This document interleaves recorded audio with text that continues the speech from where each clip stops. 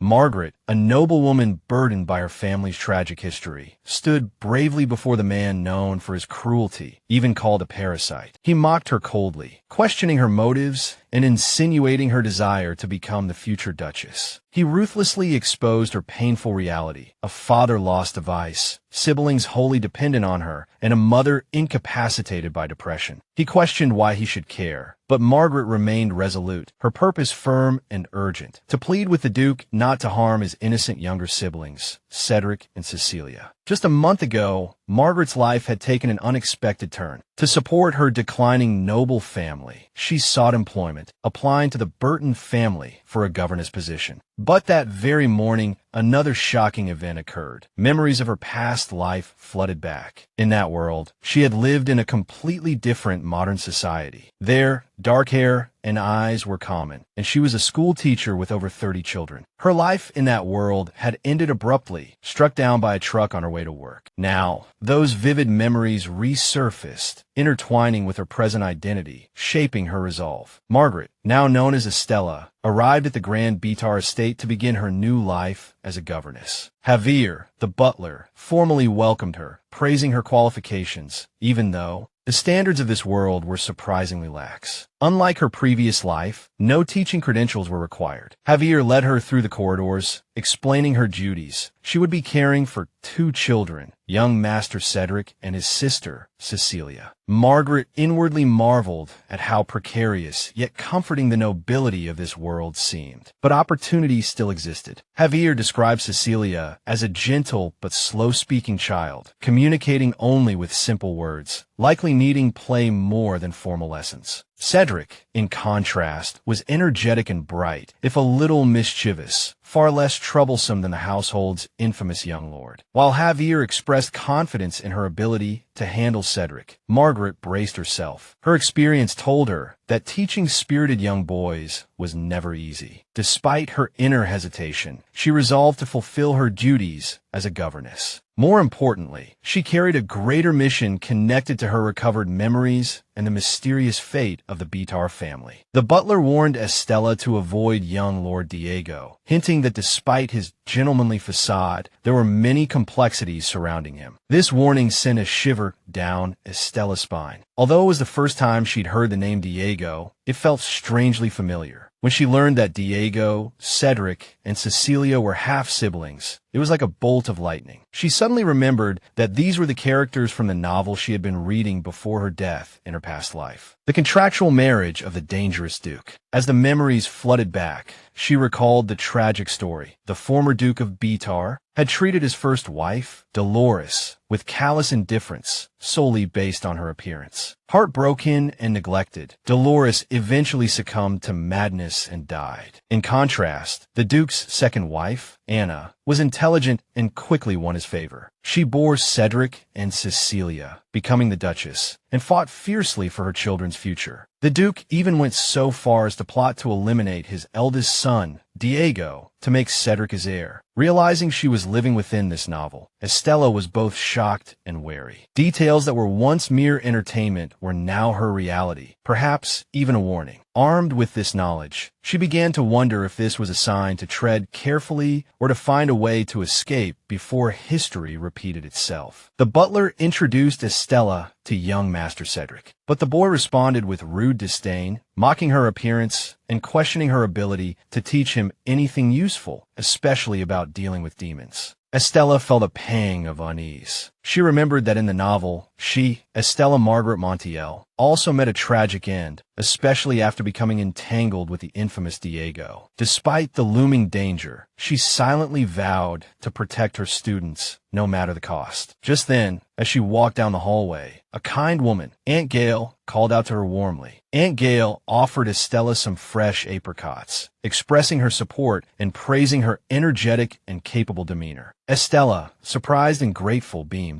Aunt Gail also complimented her enthusiasm and curiously asked if this was her first time as a governess. "I admire how naturally you've taken to the role." Estella chuckled softly, modestly replying that it was simply because the children were so lovely. But inwardly, she reflected that it had been a month since she arrived in this strange world, and she had been striving to remain optimistic. Thankfully, her 7 years of childhood teaching experience and memories from her previous life helped her adapt and survive at the estate. Later, as she entered the classroom with a cheerful greeting for Cedric and Cecilia, Cedric immediately noticed the basket in her hand and excitedly ran over, assuming it was filled with treats for him. Estella gently corrected him, explaining that it was actually prepared for Miss Cecilia. Feeling ignored, Cedric immediately threw a tantrum, demanding a share and accusing Estella of neglecting him. She playfully held the basket out of his reach, refusing to give in. Seeing him sit down sullenly, she reminded him that he didn't actually like fruit. Last time, he had taken a bite of strawberry and spat it out, complaining it was too sour. Cedric mumbled about the strawberry having too many seeds, his face still clouded with displeasure. But Estella handled him with playful firmness, keeping the atmosphere light and pleasant. Despite his bad mood, Estella thought to herself that the safest course of action was to stay with the children at all times, thus avoiding the dangerous male protagonist, Diego. She knew Diego considered encountering his younger brother unlucky, so keeping her distance seemed the best strategy until the unexpected happened. While she wasn't looking, Cedric stealthily grabbed a piece of fruit from the basket. Estella was startled and quickly yelled at him to stop as he suddenly started choking. She swiftly patted his back, exclaiming that he shouldn't eat the apricot pit. Cedric coughed up the pit, groaning in pain, while Cecilia hummed happily, completely unaffected. Estella scolded Cedric angrily for being so careless as to swallow the pit. Cedric grumbled that she was both hitting and scolding him. Ignoring his complaints, Estella handed the fruit basket to Cecilia, gently offering her a prepared apricot and carefully instructing her to eat only the flesh, not the pit. She offered it gently, encouraging Cecilia to open her mouth. Cecilia obediently took a bite. Cedric complained to Cecilia, asking if she couldn't even see her own brother. But Cecilia simply smiled innocently, happily eating the fruit and cheerfully replying with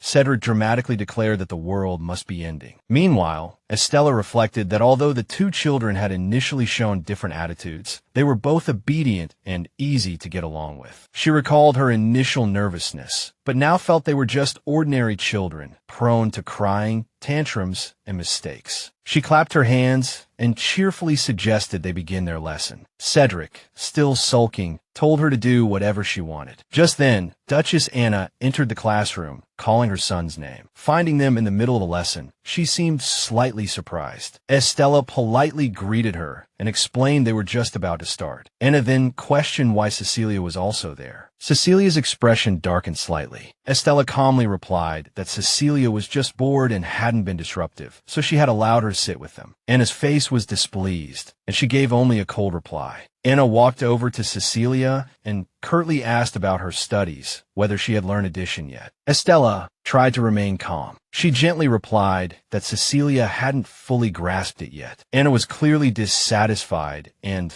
sternly questioned why Cecilia was progressing so slowly. Estella apologized somewhat awkwardly, explaining that the young miss was still having a little difficulty with the concept. At this, Anna angrily accused Estella of saying her child was stupid. Estella quickly clarified, thinking to herself that the most dangerous person in the estate wasn't actually the Duke, but the hot-tempered Duchess Anna. She tried to appease her. She explained that Cecilia simply needed a different learning pace than others. Anna criticized Estella's teaching methods, accusing her of being too enthusiastic with her child. Estella began to worry about losing her job. At that moment, Cedric interjected, adding fuel to the fire by saying that Cecilia was stupid and couldn't even speak at 5 years old. He then boasted about having already learned the Mesquita family lineage. As Anna prepared to leave, Estella couldn't hold back any longer and sternly scolded Cedric, accusing him of lying to the Duchess about his academic progress and calling his sister stupid. Cedric was unconcerned, instead claiming he had saved them both from being punished by their demon mom. Estella reacted sharply, reminding Cedric that he should never call his mother that. Despite the argument, Estella noticed that the Duchess ultimately left satisfied. After the lesson, Estella consoled Cedric, saying she would give him a piggyback ride as promised. Although annoyed by the whole ordeal, she still struggled to get Cedric on her back, telling him to be good and stay still because he was heavy. She also worried that he might suddenly fall off. Just then, Diego suddenly appeared before her. Estella was momentarily flustered, unsure why he was there. Nervously, she introduced herself as the governess, and Diego nodded in response. Cedric and Cecilia both became tense upon seeing him. Diego then mentioned that he had just spoken with their mother, who was praising Cedric's rapid progress. Estella, striving to maintain her composure, nervously agreed and exaggerated Cedric's progress, claiming he had mastered the Mesquita family lineage. Diego was impressed. Cedric apologized for not greeting him, and Diego remarked that, as his governess, Estella should focus more on teaching Cedric etiquette. While acknowledging the parents' responsibility, he pointed out that both Cedric and Cecilia were lacking in this area, hinting at a deficiency in their upbringing. Internally, Estella agreed with Diego's unspoken criticism of the Duke and Duchess of Betar, recalling the Duke's violent tendencies and the Duchess's unwavering support of him. However, she felt it inappropriate to discuss such a serious topic in front of the children. To change the subject, Estella carefully slid Cedric off her back and suggested they go to the training grounds. She then had Cedric and Cecilia hold hands tightly and reassured them. Though worried, the two children ran off. Noticing their departure, Diego commented that he hadn't dismissed them. Feeling a surge of confidence, Estella apologized to Diego and explained that adult matters should be discussed among adults. She assured him she would focus more on Cedric's etiquette, explaining that his previous behavior wasn't intentional, but rather due to his young age and unfamiliarity with the situation. Estella bowed respectfully, but inwardly worried about the repercussions of her actions, fearing reprimand or even dismissal. She believed children should be treated as such, shielded from the weight of adult conversations. Diego, smiling, asked for her name.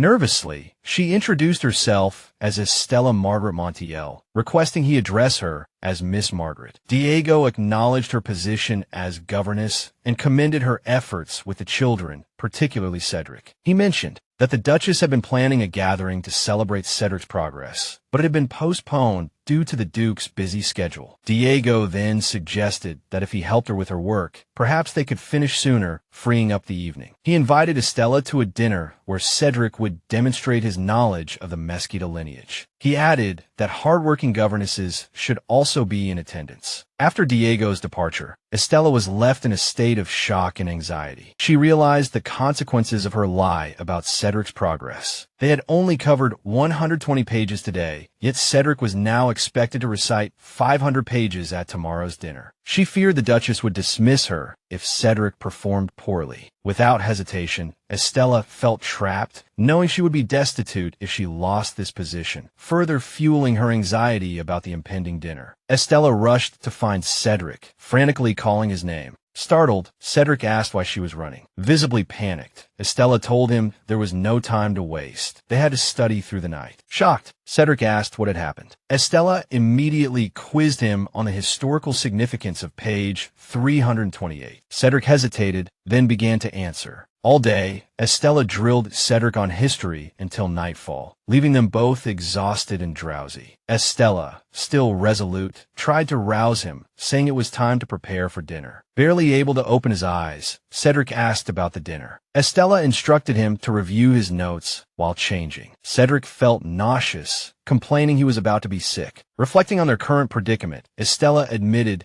they had done their best in the limited time. Cedric, too, bore the responsibility for the lie about his progress. Estella felt her rote learning teaching methods from her past life were finally proving useful. Now, only the dinner remained, the crucial moment where Cedric had to perform flawlessly. Estella and Cedric arrived at the dining room, where the Duke of Betar, Duchess Anna, and Diego were already seated. Both Estella and Cedric sat down nervously. Cedric greeted Diego as brother, while Diego ruthlessly warned Cedric not to disappoint anyone today. Estella, angered by Diego's tone, glared at him but held her tongue. Noticing Estella's fatigue, Diego teased her about looking tired. Trying to mask her nervousness, Estella forced a smile, claiming she had slept well. Diego, however, didn't let up, mentioning the study light had been on all night, implying Estella had been working diligently. The two exchanged tense glances. The Duke of Betar praised Estella, mentioning the governess hire by the butler was often commended for Cedric's progress. Estella, slightly uncomfortable, humbly downplayed the praise. However, she knew that neither the Duke nor the Duchess truly cared about Cedric's progress. Yet, things took a turn as Diego, ever the instigator, remarked on Cedric's rapid progress in history. Annoyed by Diego's constant provocations, Estella braced herself, aware that the situation could spiral out of control. The bold Duke questioned Cedric about Regent Triosa's handling of immigrants during the Great Famine. Cedric, recalling the summaries, confidently replied that the immigrants, having nowhere to settle, had resorted to illegal means of survival. Regent Triosa imposed harsh punishments, resulting in many immigrants becoming slaves of the lowest class. This allowed Mesquita to eradicate crime and potentially become wealthier. The Duke and Duchess Anna were impressed by Cedric's answer. However, Diego, not satisfied, posed a more challenging question. Why did the royal family later call for the abolition of slavery? Cedric hesitated, feeling nervous. Estella, inwardly resenting Diego's aggressiveness, mentally scolded him for trying to embarrass a child. Finally, Cedric answered that the increasing number of slaves, the nobles' preference for cheap labor,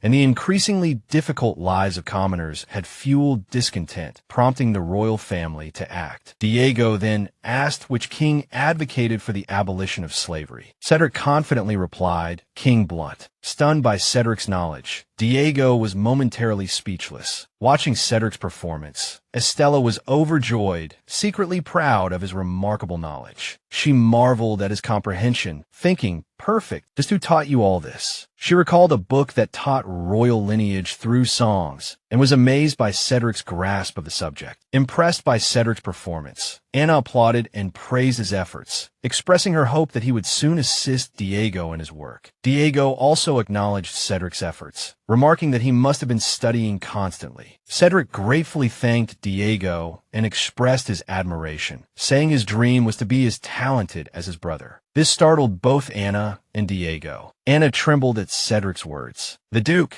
also very pleased with Cedric's performance, offered his praise. He announced that dinner could be served, adding lightheartedly that he wanted to have a few more drinks tonight. He offered a promissory note as a reward and invited everyone to his study after dinner. Estella bowed respectfully in thanks. As the evening progressed, the Duke encouraged everyone to drink freely, and Anna took the initiative to pour him wine. Exhausted and frustrated by the night's events, Estella sighed inwardly, just wanting the day to end. Annoyed by the Duke's behavior, she vented her frustration on the way to the study, wondering what he meant by giving a promissory note. He's probably already gone off somewhere else to drink with the Duchess. She felt helpless, knowing that in the end, she would be the one regretting not having any money. Thinking about the Duke's declining health, she pondered how to avoid interacting with Diego in the future. Her plan seemed to be to escape with the children, hoping to save enough money before leaving. She chuckled self-deprecatingly and decided to wait for the Duke in the study for a while longer. When she entered the study, Estella was surprised to find Diego already there, reading a book and waiting for her. Startled, she nervously greeted him, "Young master, why are you here?" With a sardonic smile, Diego responded nonchalantly, asking what was strange about her being in the library of his own estate. He then casually inquired why she was there, a hint of amusement in his eyes. Caught off guard, Estella felt anxious, unsure of what Diego would do next. Feeling uneasy, she forced a smile and decided to leave, thinking to herself why she always encountered Diego in these situations and that the last thing she needed was to be alone with a future murderer. As she was about to leave, Diego approached her, startling her, and said she had surprised him earlier. Estella asked him what he meant. Diego commented that Cedric had been inattentive in class recently, but it seemed something miraculous had happened. Estella thought that Cedric had indeed learned everything from that book,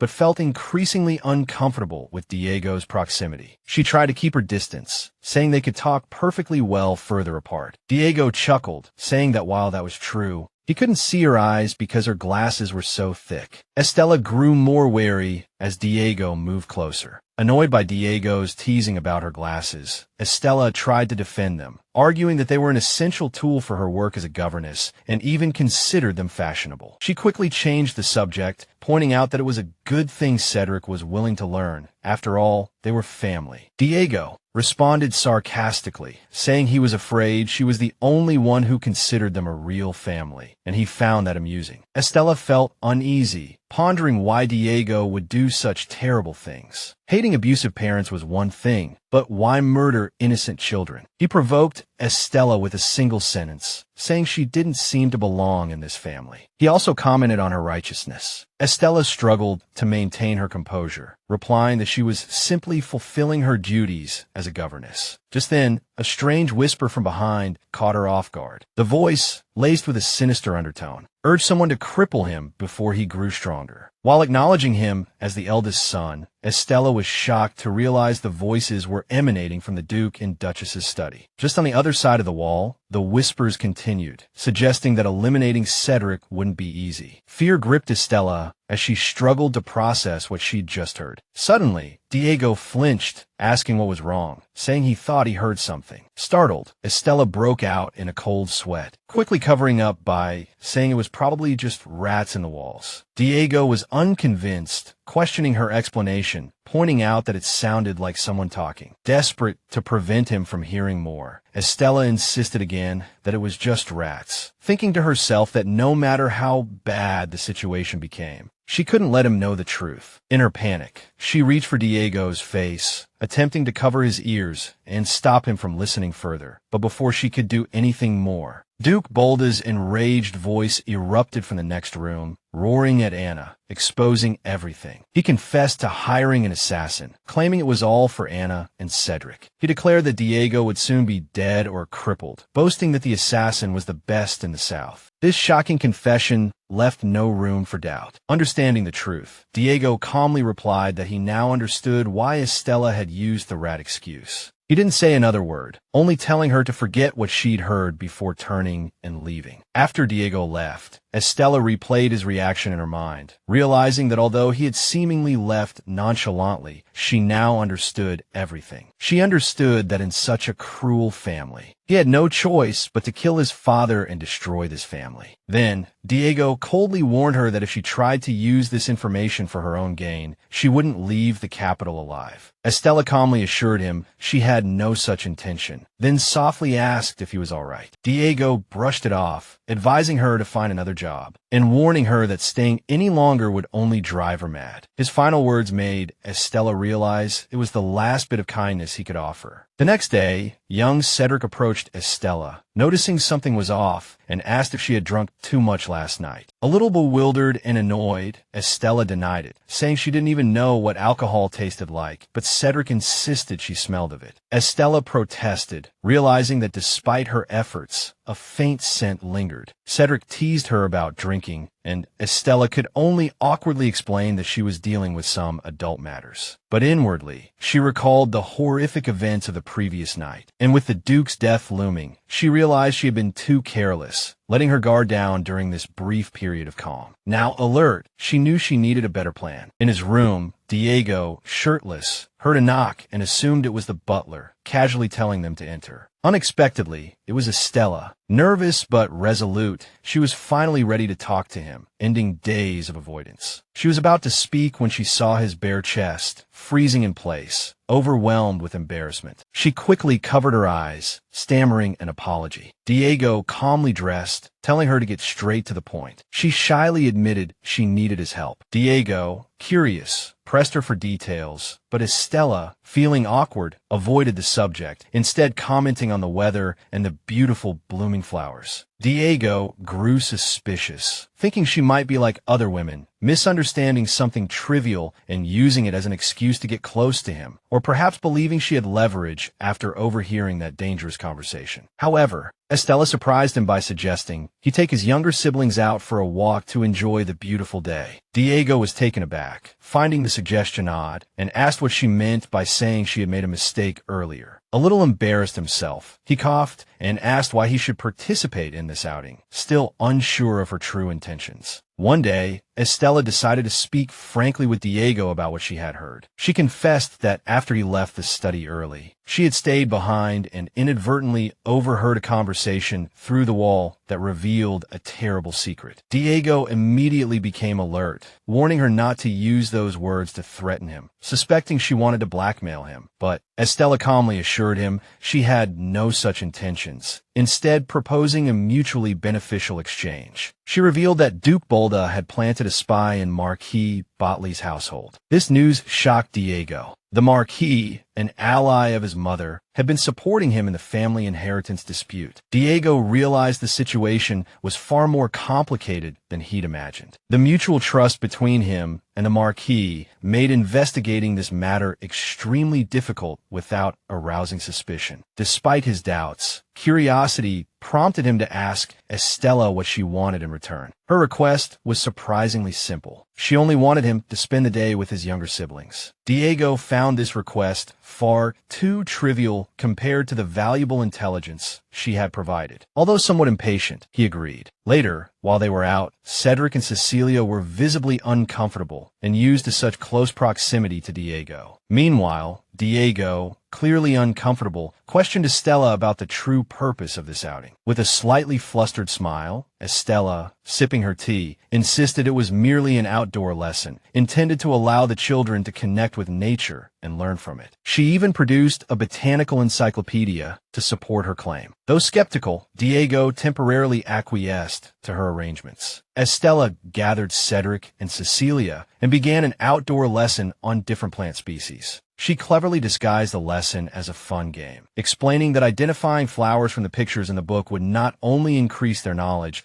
but also teach them how to choose thoughtful gifts or cultivate elegant gardens. To make the activity more engaging, she announced that the winner could choose their own prize, such as a sweet treat, or even skipping a lesson. The children, thrilled by this prospect, immediately began the challenge with enthusiasm. Meanwhile, Diego watched from the sidelines. He found it amusing, yet slightly disapproved of Estella's boldness in promising prizes in front of their employer. Noticing his lack of participation, Estella teasingly asked if he intended to just sit and watch. With a hint of sarcasm, Diego accused her of using this activity as a pretext to force him to investigate the spy in the Marquis household. With the unspoken tension between them now brought to light, Estella casually changed the subject, reminding him that Cecilia had already found a flower, warning him that he might lose. Seeing she was completely dismissing his complaint, Diego could only grumble under his breath. Eventually, Diego was drawn into the game. Standing up, he vented his frustration at Estella with some annoyance, saying that if he ever came to hate the teaching profession, it would be her fault. Diego's harsh tone startled Estella, causing her to tremble slightly. She realized she couldn't provoke him further, or she would be in serious trouble. Meanwhile, little Cecilia joyfully discovered a large bunch of beautiful flowers. But her excitement quickly faded as she sensed someone behind her, nervously, turning around to find Diego standing there. Unexpectedly, Diego, in a gentle voice, praised her find and asked to see the flowers she had picked. However, Cecilia immediately became shy and flustered, hiding the flowers behind her back. Diego asked, puzzled, if she was afraid he would take them. Cecilia hesitantly nodded. Diego changed his tactics, tempting her with sweets, pretty dresses, and even jewelry, saying that gifts from him would certainly be better than anything the teacher could offer. Cecilia, swayed by the temptation, finally handed the flowers to Diego, anticipating a reward. As Diego turned, he saw Cedric staring at him. Startled, Cedric dropped the flowers he had picked and, stammering, accused Diego of cheating. He couldn't believe his usually upright brother would resort to such tactics. Diego, bewildered, couldn't understand how he'd gotten into this situation. Before he could explain, Cedric yelled for Estella, exposing Diego's use of Cecilia's flowers. Alarmed, Diego rushed over and covered Cedric's mouth, whispering for him to be quiet and promising to give him anything if he kept the secret. Just then, Cecilia, somewhat surprised and nervous, called for their governess. Estella arrived on the scene, her expression displeased. In a sharp tone, she asked Diego if he really intended to win the competition by threatening his siblings. Cecilia watched silently, feeling a little embarrassed that even Diego was being scolded by their teacher. She gently tugged on Diego's sleeve, handing him the flowers to return to Estella, and whispered an apology. Diego awkwardly knelt before Estella, offering her the flowers, and pointed out that the rules required them to pick their own. Estella, flustered by his sudden action, didn't know how to respond. Cecilia, eyes wide with excitement, watched the scene unfold, finding it all like something out of a fairy tale. She suddenly blurted out that Diego had just confessed his love to the teacher. Cedric stood beside them, his face a mixture of confusion and embarrassment, not understanding what had just transpired between his brother and Estella. A flustered Estella quickly denied it, saying Diego hadn't confessed anything. Later, Estella questioned Diego, asking how he'd tricked Cecilia into giving him the flowers. Diego feigned innocence, pretending he had no idea what she was talking about. But Estella pointed out that Cecilia's fervent defense of him was far too unusual. With a playful smirk, Diego replied that if even their teacher couldn't understand a child's heart, then who could? He then changed the subject, directly asking her who the spy was. Estella confessed that it was his great-uncle, Lord Franchel. Diego's expression turned serious as he pressed her for the reason. Estella explained that Lord Franchel believed Diego was coveting the Marquisate because the current Marquis Botley was in poor health, and his eldest son had died a few years prior without a clear heir.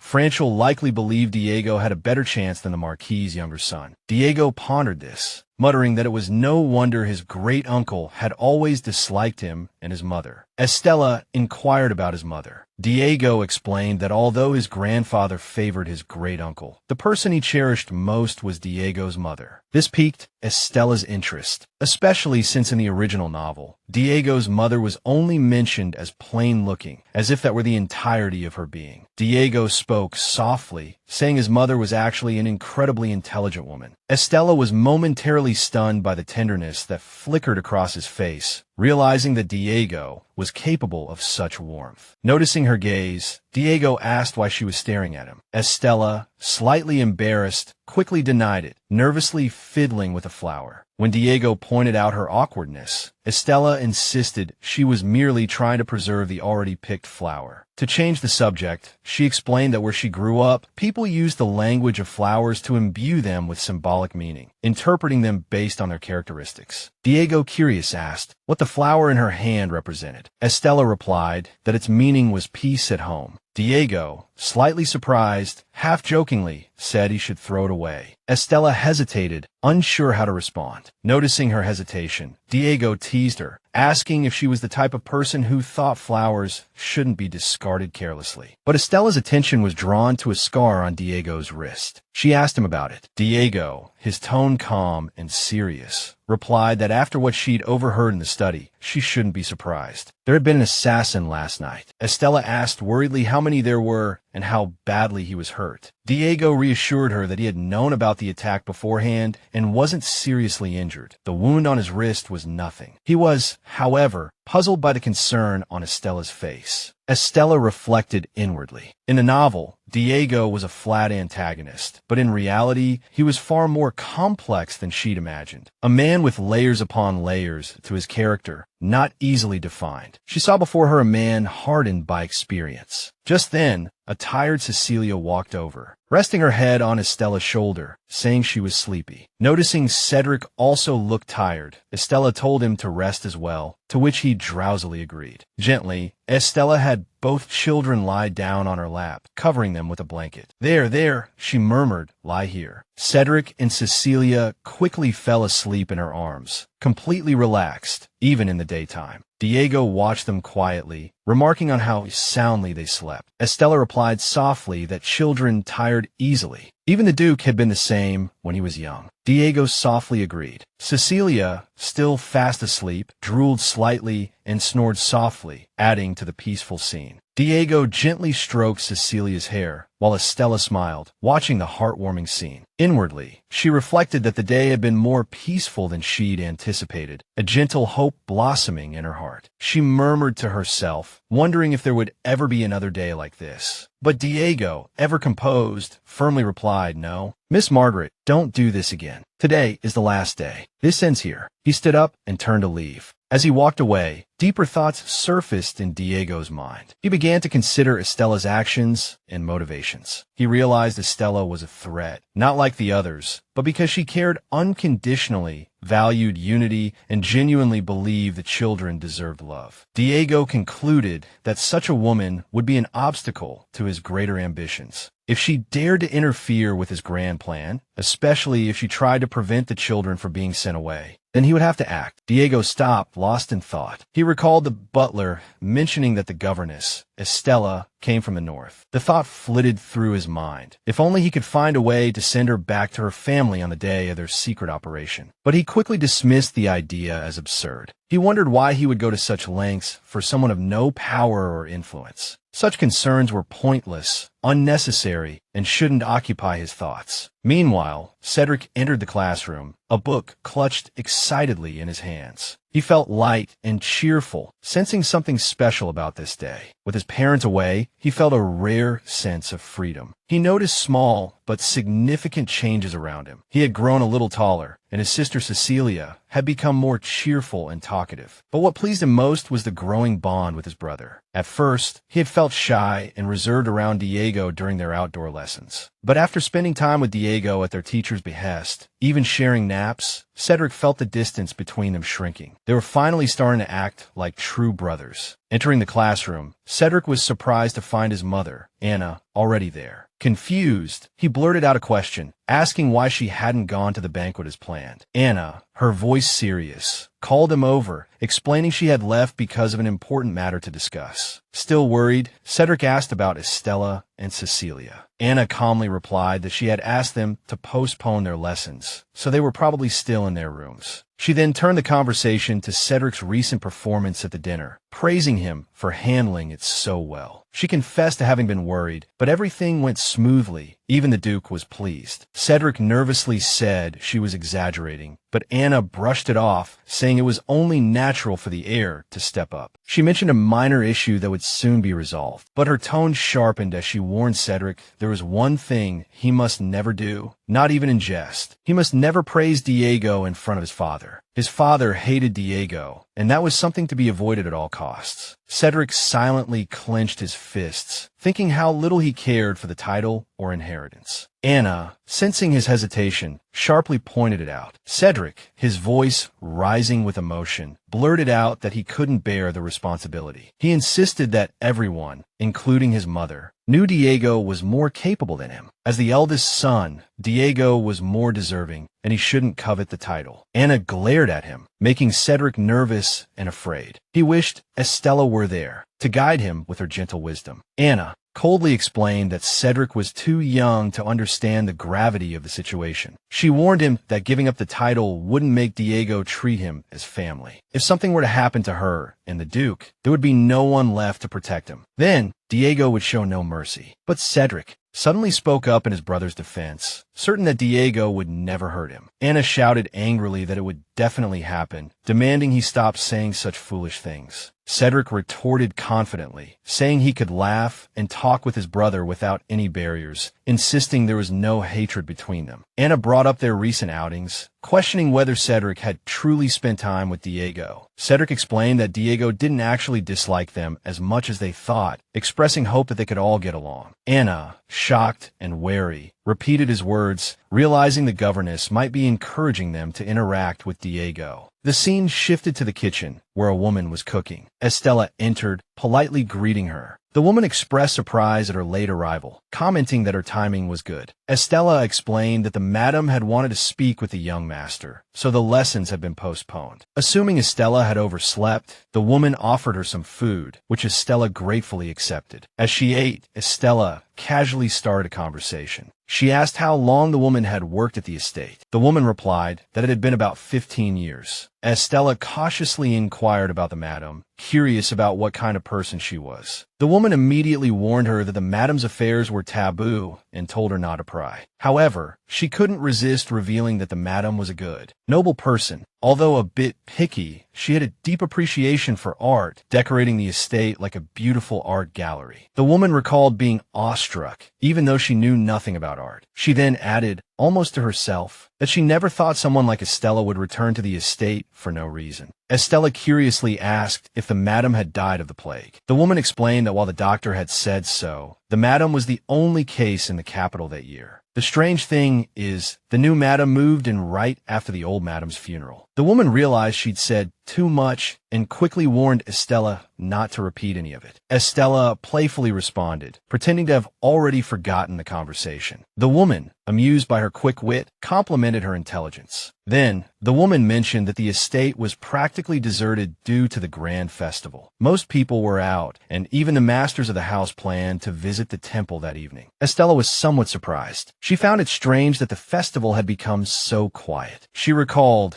that Mesquita was an agricultural country, and every spring they held a grand festival. The more she thought about it, the more uneasy she felt. An unpleasant memory surfaced, but she couldn't quite grasp it, only wondering if this was the same season. Just then, a maid rushed in frantically, calling for Estella, saying something had happened to the madam. The scene changes to Estella standing nervously before a furious Anna, with Cedric also present, trembling with fear. Anna, seething with rage, demanded to know how she could tolerate the current situation. Caught completely off guard, Estella could only apologize, saying she didn't understand what had happened. Anna accused her of feigning ignorance, claiming Estella had deceived her with an innocent facade. Estella calmly requested that if Anna would explain the situation, she would certainly clear up the misunderstanding. But Anna angrily questioned why she had to hear about her son being with his half-sister. Estella then realized with a jolt that their secret was out. She had specifically instructed the children not to let the madam find out, and now regretted underestimating their youth. Taking responsibility, she began to explain, but Anna cut her off, saying she didn't care how it happened. Her orders were clear. The children were never to meet. Estella bowed respectfully, sincerely apologizing for the misunderstanding and assuring Anna it would never happen again. But inwardly, she thought bitterly, is this what it means to be of noble birth? With a single word from those in power, even I must lower my head. She hesitated, wondering if she should retort, when Anna snapped again, saying a mere apology wasn't enough. Before she could finish, Cedric anxiously tugged at her, pleading with her, insisting that Estella had done nothing wrong. It was he who had asked to see his sister because he wanted to be with her. Estella was touched, thinking, young master, but Anna's fury exploded. She slapped Estella hard across the face, snarling at her to stop speaking such ominous words. The blow was so forceful that Estella's glasses flew off. Anna raged at Cedric, saying that whenever he made a mistake, others suffered, not him. Cedric trembled, tears welling in his eyes. Anna threatened to bring Cecilia in to be punished as well, demanding to know if Estella was failing in her duties. This terrified Cedric further. Shocked, Estella asked Anna if she was truly punishing Cecilia because of Cedric. Anna readily admitted that sometimes children needed corporal punishment. Estella shouted furiously, "This is abuse." But Anna retorted, berating a mere servant for daring to raise her voice against her master. Estella bravely accused Anna of being a coward, taking her anger out on innocent children hiding behind her power. Estella finally understood why Cedric always tried so hard to protect Cecilia, why Cecilia was always so tense. She saw the cruelty and the poison within this estate, and wondered how much more damage it would inflict on those trapped inside. Estella stood her ground. She told Anna that if this was her idea of discipline, she could no longer support it. She boldly declared that Anna didn't deserve to be a mother. Anna laughed, mocking Estella for thinking that simply spending time with the children qualified her to understand parenthood. Anna warned her not to interfere with her methods of discipline, but Estella didn't back down. She stated plainly that her so-called discipline was nothing but abuse, and as their teacher, she had a responsibility to protect Cedric and Cecilia. Unmoved, Anna coldly dismissed Estella on the spot, demanding she leave the estate by evening. After Anna left, Cedric finally broke down in tears. Estella rushed to him, gently examining his body with her magnifying glass, checking for injuries. Relieved to find no marks on his arms and legs, she breathed a sigh of relief, but still worried about whether the young lady had suffered the same. Cedric softly called her name, and Estella immediately responded, highlighting his dependence on her. Cedric clung to Estella, his eyes brimming with tears. Deeply moved, Estella offered a gentle smile, assuring him she was all right, and returned his embrace. Still weeping, Cedric confessed that his time with her had brought him true happiness, that these were his happiest days. Estella comforted him, promising she wouldn't leave. But Cedric reminded her that she had just been dismissed. Estella calmly replied that it didn't matter. She just needed to find someone who could overturn the decision. As she prepared to see Diego, Estella contemplated her next move. Two options presented themselves. One, prevent Diego from committing the murders. Difficult, but not impossible. If she could somehow ensure Duke Bolda's survival, perhaps the future could be changed. At the very least, Cedric and Cecilia's safety could be guaranteed,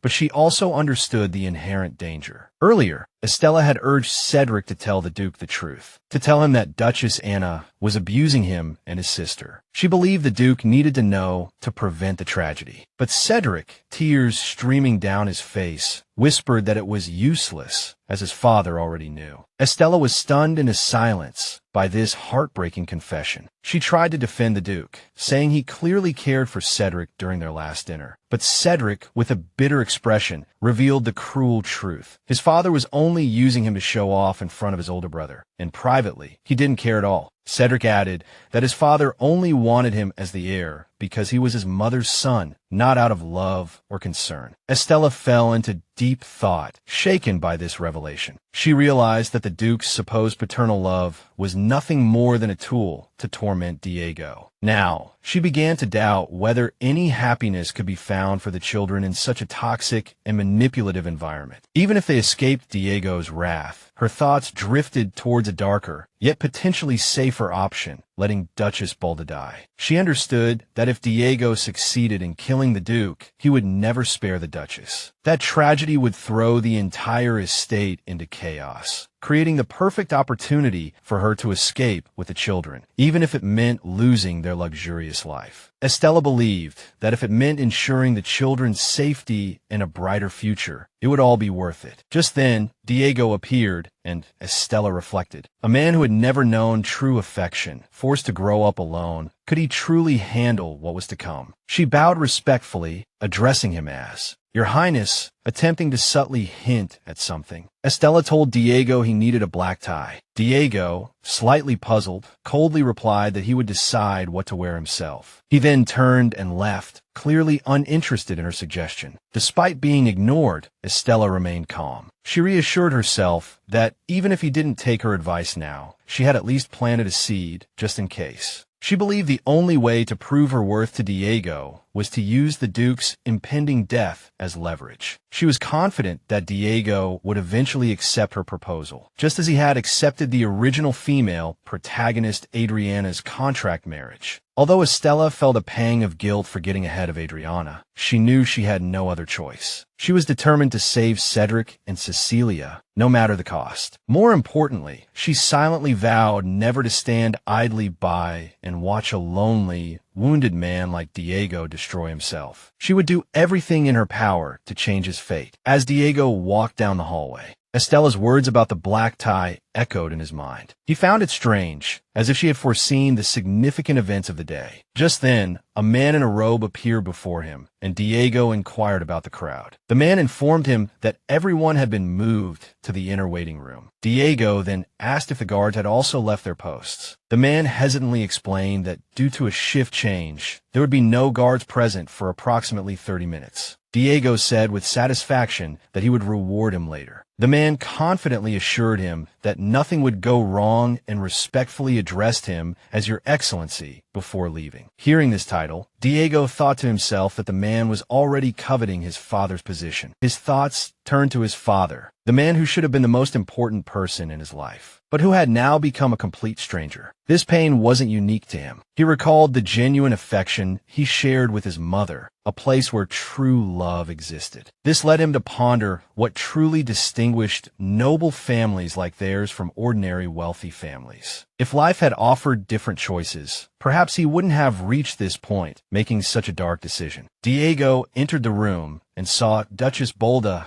kneeling before the wall, her expression anxious. He spoke to his father in his mind. He wondered if things would have ended differently if his father hadn't been so guarded and distant. Duchess Bolda, startled by Diego's appearance, demanded to know why he was there and urged him to leave quickly, insisting they speak later. But Diego remained calm, saying he had something important to ask. Before she could leave, Duchess Bolda began to sweat nervously. Diego slowly drew a dagger and asked if she recognized it. Duchess Bolda shrieked in terror, denying any knowledge of the dagger, her whole body trembling. Diego sighed, feigning disappointment. He then brandished the dagger, grimly suggesting that perhaps this was what she had wanted all along, something to jog her memory. Duchess Bolda was consumed with anxiety. She cursed herself inwardly for forgetting such a crucial detail. The dagger was the very one she had given to the assassin, intending to kill Diego. Now, facing Diego's cold, unwavering gaze, she realized he knew the truth. Not only had the assassin failed, but her role as the mastermind had been exposed,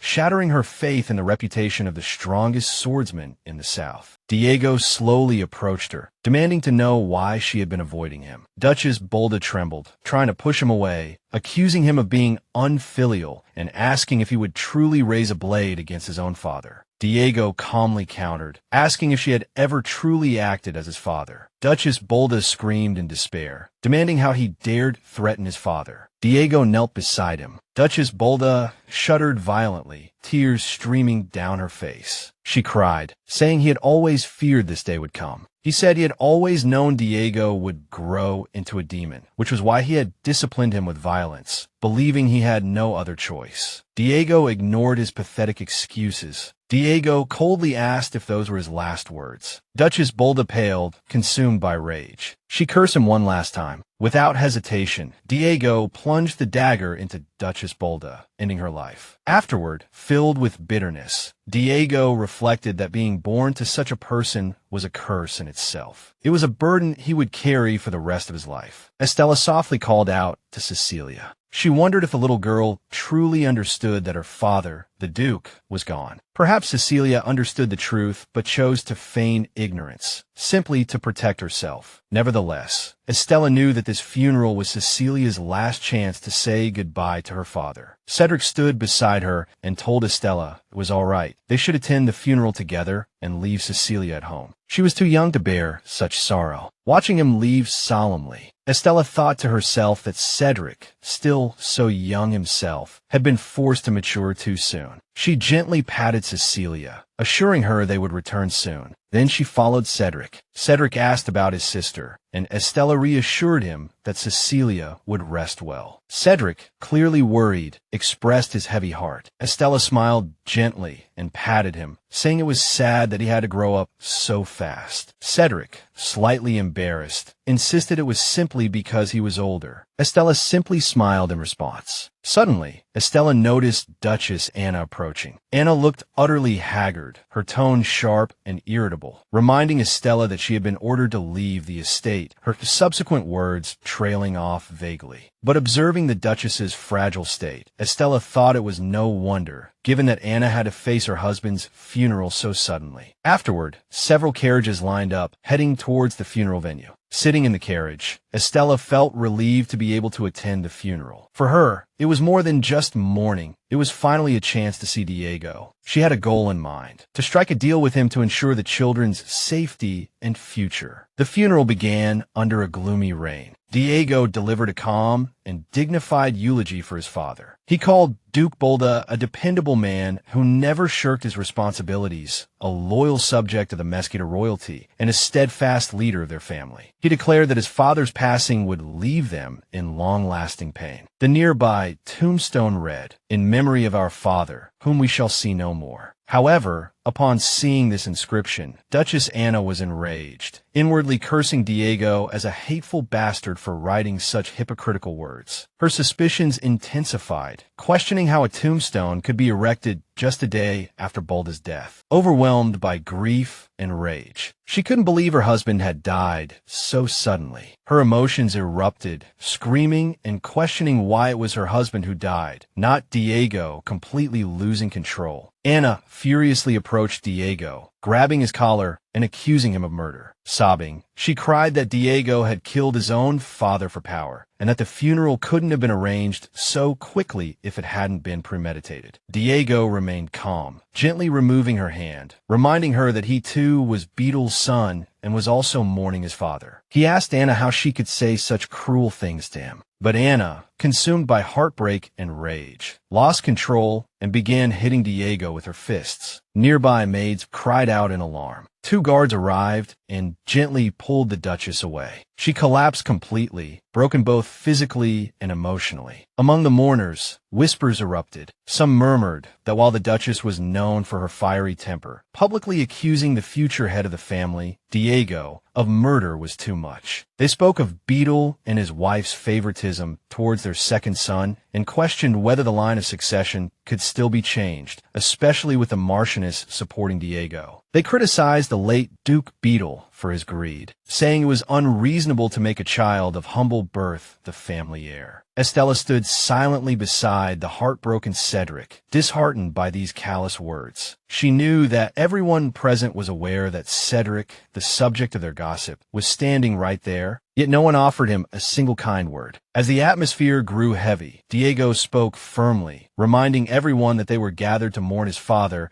and asking them not to tarnish the reputation of someone the Duke cherished. A flustered man tried to defend the others, saying they only spoke that way because the Duchess had insulted Diego. In an effort to maintain order, Diego turned to Cedric and gently asked if he was all right. Cedric softly replied that he was fine. Diego then inquired about Cecilia, and Estella explained that Cecilia had refused to come, considering her frail health. She hadn't forced her. Diego expressed his understanding, saying that with even their guardian unable to compose herself, it was only natural for the children to react this way. But Estella, observing everything, felt uneasy, despite Diego's impeccable words and demeanor. She saw through his carefully crafted performance. She didn't want to participate in this farce, but if she wanted to break it, she would have to step onto the stage herself and play her part. Estella pondered silently, thinking to herself that the black tie she had mentioned had finally come in handy. Diego chuckled softly and responded gently, saying they had many things to discuss regarding the children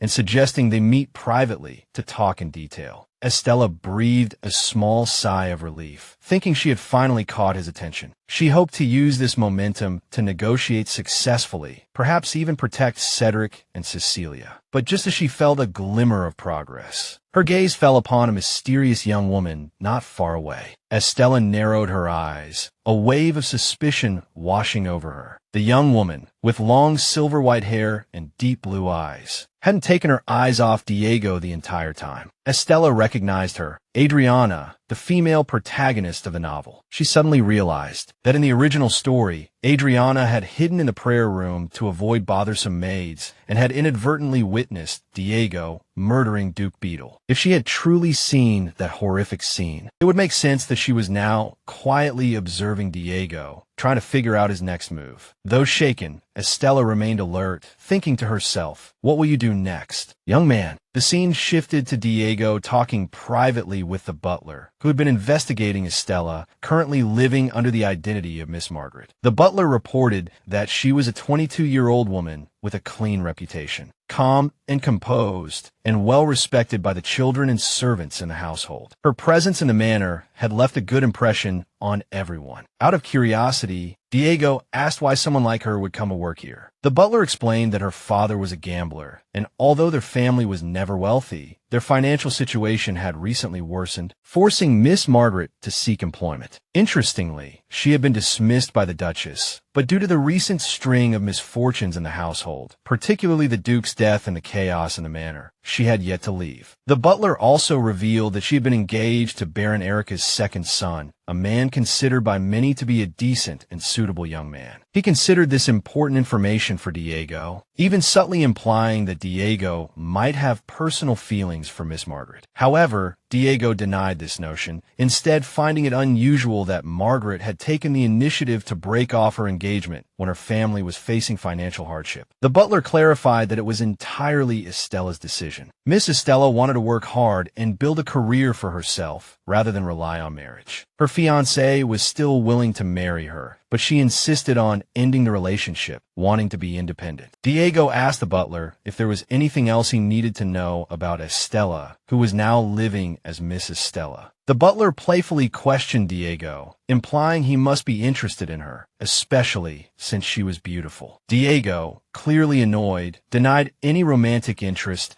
and criticized the butler's superficiality. He added that, unlike those nobles who treated governesses as playthings, he only saw them as educators responsible for his children. He also pointed out that Miss Estella always covered half her face with glasses and didn't seem like someone trying to attract attention. However, Diego harbored a deeper concern. In his view, Estella was more than just a harmless teacher. She was dangerous. He explained that the real reason he investigated her background was that she knew what he had done 2 days prior, alluding to Duke Beetle's death. This revelation shocked the butler, who finally understood Diego's wariness. Diego then ordered him to summon Estella immediately. Meanwhile, Estella was unaware of the mounting tension. Estella was in the garden picking apricots for Cecilia, remembering how much the child used to enjoy them. She hoped the fresh fruit would cheer Cecilia up. Her gentle and kind nature contrasted sharply with Diego's growing suspicion. At that moment, Javier, the butler, entered the garden, formally addressing her as Miss Estella, and informed her that the young master, Diego, was summoning her. Estella was startled. She knew she would have to face Diego eventually, but she didn't expect it so soon. Trying to hide her nervousness, she asked where she should go, and the butler offered to lead her. However, he warned her not to provoke Diego, emphasizing that he didn't want to see any more unnecessary sacrifices. Estella calmly and sharply retorted, "Was Duke Beetle's death truly a necessary sacrifice?" This clearly unsettled the butler. He opened up, recounting the painful history of the Beetle family. He explained that he had originally been sent by the late Marchioness Bathory to serve Diego's mother, Dolores. Dolores's marriage to Duke Beetle had been purely political, but the Duke had deeply betrayed her. After Dolores's untimely death, young Diego often wept for his mother, but instead of comfort, he was met with violence. Duke Beetle beat the boy again and again, with increasing frequency, until it became a terrifying 2-decade-long routine. Such trauma was enough to destroy anyone. Hearing this, Estella didn't condemn Diego for killing the Duke. She confessed that she had foreseen what would happen, but hadn't stopped it, making her complicit. However, she drew a clear line. The innocent children, who knew nothing of this dangerous world, must not be harmed. The butler acknowledged Estella's desire to protect Cedric and Cecilia and offered his full support. Estella nodded, stating her intention to protect Cedric and Cecilia, and the butler affirmed his commitment to assist her. Estella then proceeded to Diego's study. Diego greeted her with cold, sharp words and began questioning her motives, mentioning her family's tragic circumstances, her gambling father, burdened siblings, and depressed mother. He implied that perhaps her difficult circumstances led her to covet the position of the next Duchess. Estella was caught off guard by his sudden mention of Duchess, feeling both confused and irritated. She wondered if Diego was overly concerned with marriage to make such assumptions about her. Finally, she frankly stated her request. She only wanted him not to harm Cedric and Cecilia. Diego was taken aback by her sudden plea, momentarily unsure how to respond. The scene then shifted to Diego in bed. He abruptly awoke from a nightmare, struggling to shake off the lingering shadows. Cecilia appeared, tugging gently on his leg. Still disoriented, Diego asked who let her in. Cecilia explained that everyone said he was busy, but she waited a while and decided to see him anyway. Having just woken up after staying up late, Diego found Cecilia trying to enter his study. He remarked that someone must have tried to stop her and reminded her that it wasn't polite to wake someone after they'd stayed up late. Cecilia confidently retorted that he would be in trouble if he slept in. Diego was surprised by her clear articulation. He tapped her head lightly with his finger. Determined to wake him, Cecilia patted his leg, urging him to get up. Diego remained languidly in bed, unconcerned. Exasperated, Cecilia tried to pull off his blanket, but failed, falling to the floor instead. Overwhelmed with emotion, she burst into tears, her eyes welling up with sadness. Cecilia tearfully reminded Diego that he had promised her a gift in return for the flowers she had given him. Only then did Diego realize he had forgotten. He reluctantly asked her what she wanted. Cecilia suddenly burst into tears, sobbing loudly, and Diego felt irritated. Annoyed by her tears, he asked where her mother or governess was. Later, during a lesson with Estella, Cedric questioned her, incredulous that she was still here after being dismissed. He was also embarrassed remembering that he had cried. Unfazed, Estella teased him about not remembering the formula, emphasizing he still had a lot of studying to do. Reflecting on recent events, Estella noted that 10 days had passed since Duke Beetle's death. Thanks to the agreement she had reached with Diego, she was able to keep her job, and the children quickly recovered from the incident. Everyone else was surprised by Cedric's apparent indifference after the Duchess's death, but Estella saw it differently. She understood that not all parental deaths are mourned, especially since the Duchess was often absent, more concerned with preventing Diego from inheriting the title. Estella also realized that, thanks to her alliance with Diego, her position in the manor was secure, despite the Duchess's clear dislike for her. After Cedric finished his test, Estella commented on his poor time management, jokingly suggesting he might request an extension during the national exams. Just then, Diego walked in, carrying a struggling Cecilia, who was crying and trying to wriggle free from his arms. Estella nervously greeted Diego, sensing his first. Estella was surprised when Diego said he'd been observing her since she was looking out the window. He asked if she had time to talk. Estella said she would gather her things first and then go to him, telling him to wait in the next room. Diego then handed Cecilia to Estella, telling her he would give her 5 minutes, and left. After Diego left, Estella turned to Cecilia, explaining that Cedric was studying while Cecilia was on a break. Cedric quipped that Estella's story would be long. Estella playfully replied that that was exactly what he wanted. Cedric threatened to go play if Estella didn't return within 30 minutes. Estella retorted that if he wasn't at his desk by then, he would have to retake the test. The two fist bumped in agreement. Cecilia asked what the gesture meant, and Cedric curiously inquired which country's custom it was. Estella explained it was a modern foreign greeting. Before leaving the room, Estella approached Diego and greeted him. She mentioned that the young master was studying and asked if their conversation would take long. Diego expressed his hope that it would be brief. He invited her to sit down. Estella, unsure where to sit, awkwardly sat in a child's chair. Diego quickly got to the point, saying he was good at discerning allies from enemies. He acknowledged Estella's consistency. He added that they could have been good partners. Estella asked, puzzled, if he was speaking in the past tense. Diego confessed that if her student hadn't barged into his bedroom this morning, he would still hold that view.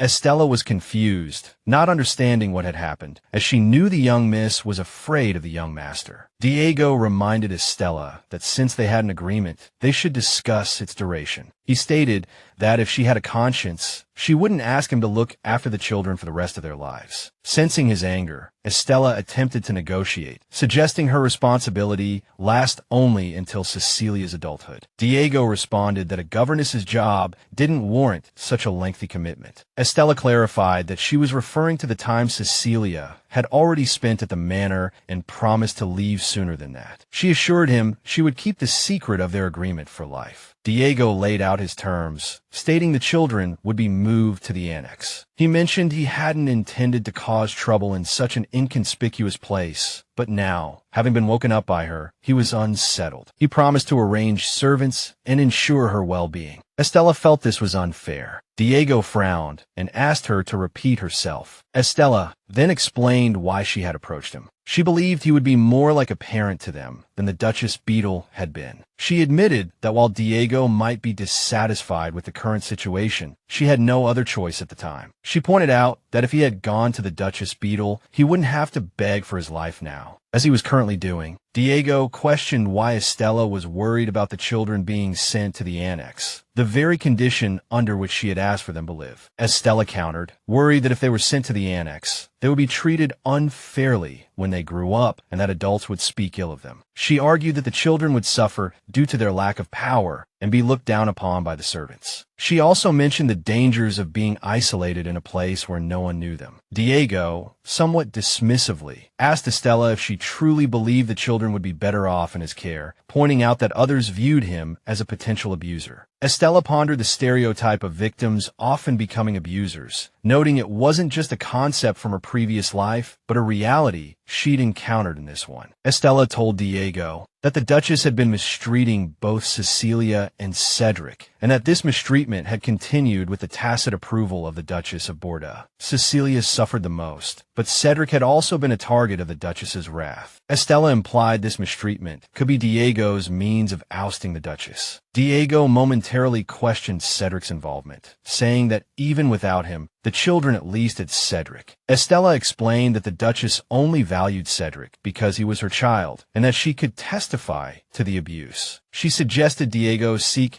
out the dismissed tutors who might offer further evidence against the Duchess. Estella recalled how the Duchess of Bordeaux's position in the mansion was upheld by her husband, Duke Bordeaux, and the children. With the Duke's passing, the Duchess could no longer hide her misdeeds, and if she lost her status as the children's mother, her position within the household would crumble. Having understood the situation, Diego rescinded his plan to send the children to the annex. Estella, relieved, thanked him and said she would leave once the children were comfortable with him. However, Diego surprised her by tearing up their agreement and proposing marriage, stating he'd change his mind. Shocked and blushing, Estella refused the proposal, but Diego clarified he wasn't suggesting it. Estella questioned if it was a threat. Diego explained the difficulty of finding someone who wouldn't betray him, emphasizing her understanding of him and her witness to his ruthlessness. He assured her that as long as the children were safe, she would remain by his side. He added that she had never made unreasonable demands, and that if he were to marry, it should be to someone with aligned interests. Estella retorted that he was calculating. Diego insisted that marriage was essentially a contract, and he saw nothing wrong with proposing such an arrangement. Estella understood his reasoning, but firmly refused. Diego, curious, asked her why. Estella thought to herself that Diego would eventually fall in love with Adriana, just like in the original story. She worried about what would become of her if that love interfered with their marriage agreement. She voiced her concern. What if he fell in love with another woman after making a commitment to her? Diego confidently assured her that wouldn't happen. He explained that he had spent his life trying not to become his father. Even if their marriage was just a contract, he would never betray or be unfaithful to her. He promised to remain loyal. But Estella remained unconvinced. She didn't think Diego would maliciously cheat. She simply knew the original story too well. Once Diego met Adriana, she was certain he would fall in love. At that point, their contract would become void and Estella would be abandoned. Abandoned after the annulment of their marriage, left only with the children. She understood that if Adriana appeared, it would be difficult for Diego to keep his promise. Estella also remembered that Adriana had initially proposed a contractual marriage to escape her terrible fiancé. Deep down, Estella didn't want to live a luxurious life built on someone else's misfortune. She warned Diego that things wouldn't go as smoothly as he thought. Diego smiled, saying he was glad to have met her. He confessed that perhaps he, too, had been searching for a reason to stop running, hinting at his inner struggles and weariness. Estella remained uncertain of Diego's true nature, suspecting he might not be as cold as everyone said, perhaps not even wanting to kill his half-siblings. But she didn't voice her suspicions directly, instead joking that if he broke off the engagement,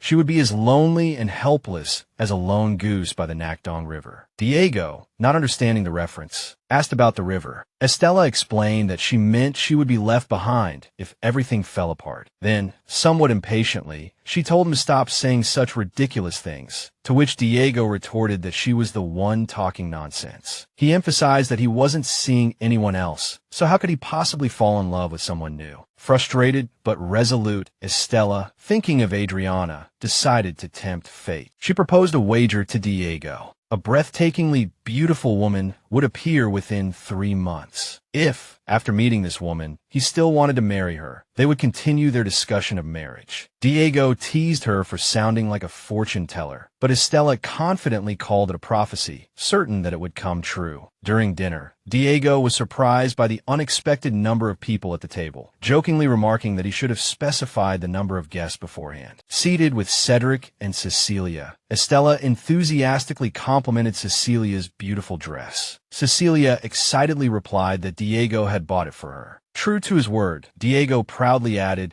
that he always kept his promises, then encouraged Estella to eat more. Estella, amazed by the delicious food, thought to herself how wonderful it tasted. The foie gras mousse was rich, the bread crispy on the outside and soft on the inside. She realized that bringing the children along had made the atmosphere much more relaxed. Diego boldly told her that if she chose to be with him, she could enjoy such delicacies every day and promised to completely change her life through better food, clothing, and shelter. Carried away by the atmosphere, Estella enthusiastically agreed, but quickly retracted, saying she still lacked the confidence to marry him. Diego pressed her on what further assurance she needed, and asked the children if they wanted Miss Margaret to stay at the manor. Cecilia excitedly yelled yes, making it clear she wanted Estella to stay. The atmosphere was light and slightly chaotic. When Diego suggested to Cedric that they could become a family through him marrying Estella, Estella was shocked, awkwardly trying to brush it off as a joke. However, Cedric calmly stated that he also intended to marry Estella one day. Estella was momentarily touched, until Cedric added that he just wanted her to help him with his tests and homework, leaving her stunned. She realized then that both Diego and Cedric had selfish motives for wanting to marry her. Diego teased Cedric by calling him darling and quoted a proverb about the ups and downs of life. Cedric then joked that they could move to the kingdom of Fernando, where he could become Estella's second husband, as polygamy was allowed there. Diego played along, seriously stating that to achieve this, all 3 of them would have to become citizens of Fernando, which was practically impossible. Exasperated by their antics, Estella told them to stop, pleading with Diego not to take Cedric's whimsical ideas so seriously. Diego teased Estella about whether she was interested in a boy 15 years younger than her, alluding to Cedric, leaving her embarrassed and annoyed. She quickly denied it, feeling awkward, and warned that if others overheard, it would cause misunderstandings. Diego continued to tease, saying that brothers should compete for women, and once again directly proposed to her. Rendered speechless, Estella found him childish and brazen, silently vowing to leave once the Duchess's matter was resolved. Afterwards, Cedric seriously asked her if she wasn't planning to marry his brother. Holding Cecilia, Estella repeatedly assured him that she had no such intention, emphasizing that there was nothing between them. Although reluctant, Cedric accepted it. However, he insisted, "You can't be with my brother anyway." Amused and slightly perplexed by Cedric's awkwardness, Estella reminded him that he used to admire Diego, considering him a cool older brother. Cedric mysteriously replied, "There are some things you don't need to know." Changing the subject, Estella cheerfully suggested taking the children out for a walk, which excited Cecilia. Cedric was initially surprised, but quickly agreed since it was her suggestion. Estella mentioned a privately owned dessert shop that someone had recommended and told Cedric to get ready. She assured him a carriage would be waiting outside, and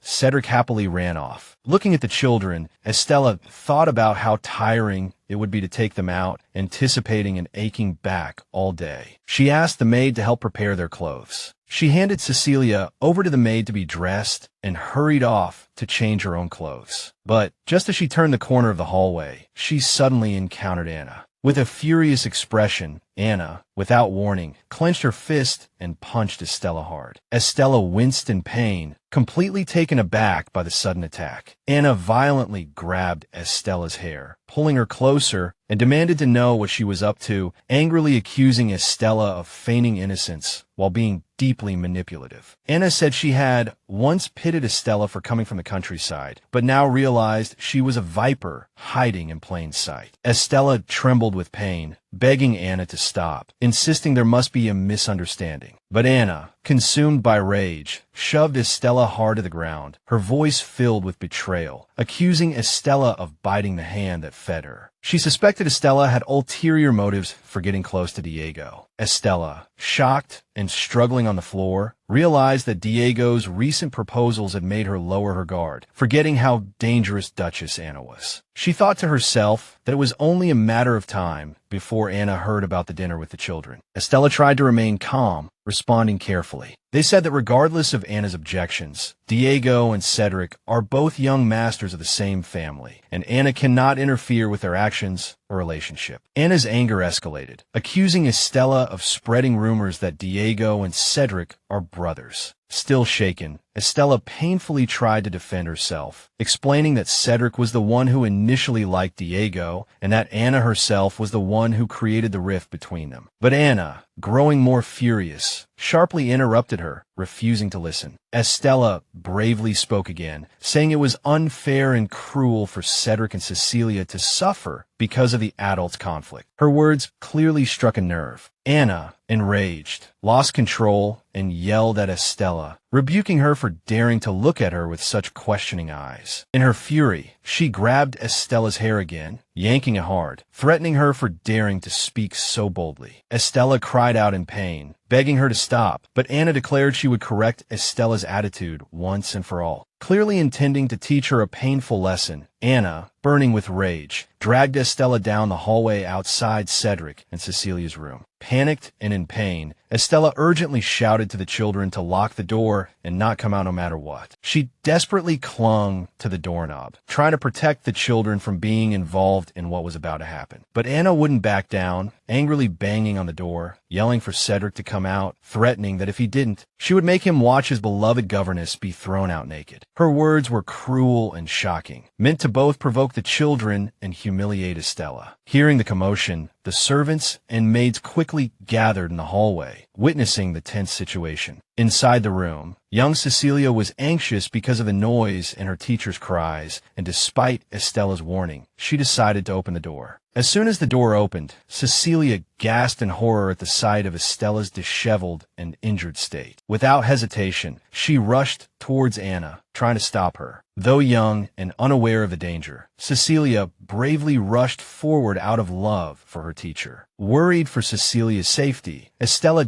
desperately yelled at her to stay back, her attention instantly shifting from herself to the child. As Anna continued to vent her rage, Cecilia bravely stepped forward, trying to free Estella's hair from Anna's grasp, pleading with her to stop hurting her teacher. Cecilia pulled on Anna's hand with all her might, finally freeing Estella. Enraged by Cecilia's defiance, Anna scolded her harshly, calling her stupid for not even recognizing her own mother. In a moment of extreme cruelty, Anna raised her leg, preparing to kick little Cecilia. But before the blow landed, Estella instantly threw herself in front of the child, shielding her with her own body. The kick landed hard on Estella, and she cried out in pain, tears welling up in her eyes, thinking how terrible it would have been if that pain had fallen on the child. She gritted her teeth, realizing with anger and sadness how far Anna's abuse could go. Seeing Estella hurt, Cecilia looked up with tear-filled eyes, softly calling out to her teacher, filled with guilt and fear. Yet Anna showed no remorse, instead sneering at Estella, mocking her for pretending to be a mother just because she had taught the child a few things. Estella firmly protected Cecilia, warning Anna never to touch the child again, her voice filled with pain and anger. Anna, enraged by Estella's boldness, sharply ordered the nearby maids to drag Estella away, but the maids were too frightened to act. Just then, Diego, drawn by the commotion, arrived. He saw Estella and Cecilia in tears, a group of anxious servants, and a furious Anna. He calmly and firmly asked what had happened, stating that this situation demanded an explanation. Anna, trying to maintain control, immediately turned to Diego and announced Estella's dismissal, telling him to hire another governess. But Diego flatly refused, saying it wasn't that simple. Anna narrowed her eyes, suspecting they were conspiring against her. But Diego remained calm, walking over to comfort Estella and Cecilia, and warning Anna that if her accusations were true,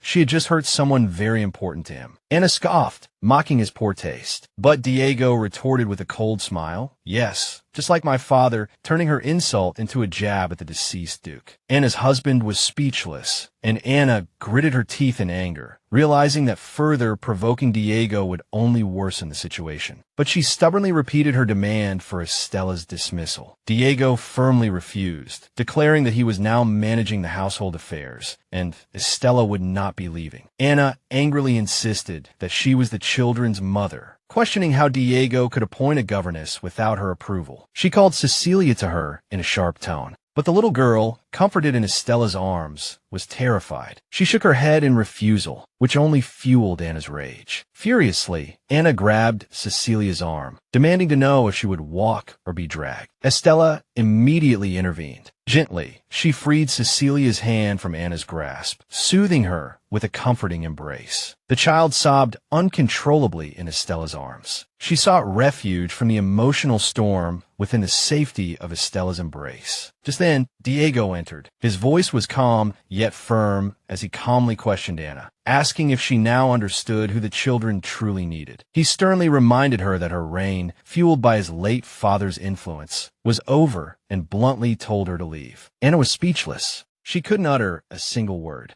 Later, Estella quietly tended to her bruises. A maid arrived with bandages, concerned about her well-being. Estella offered a small smile, dismissing her worries, and instead asked the maid to look after the young miss. Just then, Diego returned, handing Estella her glasses. He gently inquired about her condition, mentioning the Duchess's notorious temper. Though still in pain, Estella responded with dry sarcasm, suggesting he tried himself sometime. She was sure Anna wouldn't miss the opportunity. Diego chuckled, teasing her about her glasses. He asked why she wore them if her eyesight was fine. Estella blinked, feigning confusion, and insisted her vision was truly poor. Diego looked calmly into Estella's eyes and stated plainly that she was lying. Caught off guard, Estella asked him why he thought so. Sitting beside her, Diego explained that if her eyesight were truly that bad, she wouldn't have reacted so quickly to protect Cecilia. He then remarked on how blue her eyes were without the glasses, something he hadn't noticed before. Estella attempted to deflect with mild sarcasm, saying they had always been there. But Diego gently replaced her glasses, more seriously asking why she was so attached to them. He mused aloud, wondering if she was hiding something behind the lenses. Estella cautiously asked if he suspected her. Diego sincerely told her that secrets between them would only lead to trouble. This gave Estella the opportunity to express her thoughts with firmness and concern. She insisted that the Duchess be confined and kept away from the children. Diego, still trying to discern Estella's true intentions, asked who she was trying to protect. Estella explained that she could protect herself, but Cedric and Cecilia were just children. Such events would leave deep scars, especially on such sensitive children. This brought Estella to a painful memory. Just after the confrontation, she had rushed to Cedric's room, frantically calling his name. The sight that met her eyes broke her heart. Cedric was trembling, huddled in a corner, consumed by fear. Estella held him tightly, comforting him as he wept in her arms. He apologized, guilt-ridden, for hiding while Cecilia and Estella faced the danger. He was filled with sadness and regret for not being brave enough. Estella reassured him that it was over now. He was safe now. Back in the present, Estella, with renewed resolve, firmly told Diego that for Cedric and Cecilia's well-being, separating them from the Duchess was necessary. Diego, perplexed, questioned Estella, asking why she was going to such lengths to help these children when she had nothing to gain. Estella answered firmly. She explained that as a teacher, it was her duty and principle to report abuse. Diego, surprised, asked if that was a rule in their shared homeland. Estella stammered slightly, quickly covering with a comment about different regions having different laws, then emphasized that regardless of location, ignoring abuse was wrong. In a moment of reflection, Estella confessed that although she had considered running away and abandoning Cedric and Cecilia, she couldn't. Knowing their fate, a sense of responsibility weighed heavily on her heart. She felt obligated to protect them. especially since she might have been brought into this world to save them. Touched by her words, Diego, with a hint of vulnerability, asked if she would have worried about him too, had she been there when he was a child. Gently caressing Diego's face, Estella replied with deep affection, "I worry about you now too." Realizing she might have been too emotional, a faint blush crept onto Estella's cheeks. She wondered if she had said too much, but Diego found comfort in her words, admitting they almost brought him to tears. He then brought up a time when Estella had asked him about his mother. He clarified that his mother was nothing like the Duchess who had struck Estella. Estella was relieved to hear this. Diego went on to describe his mother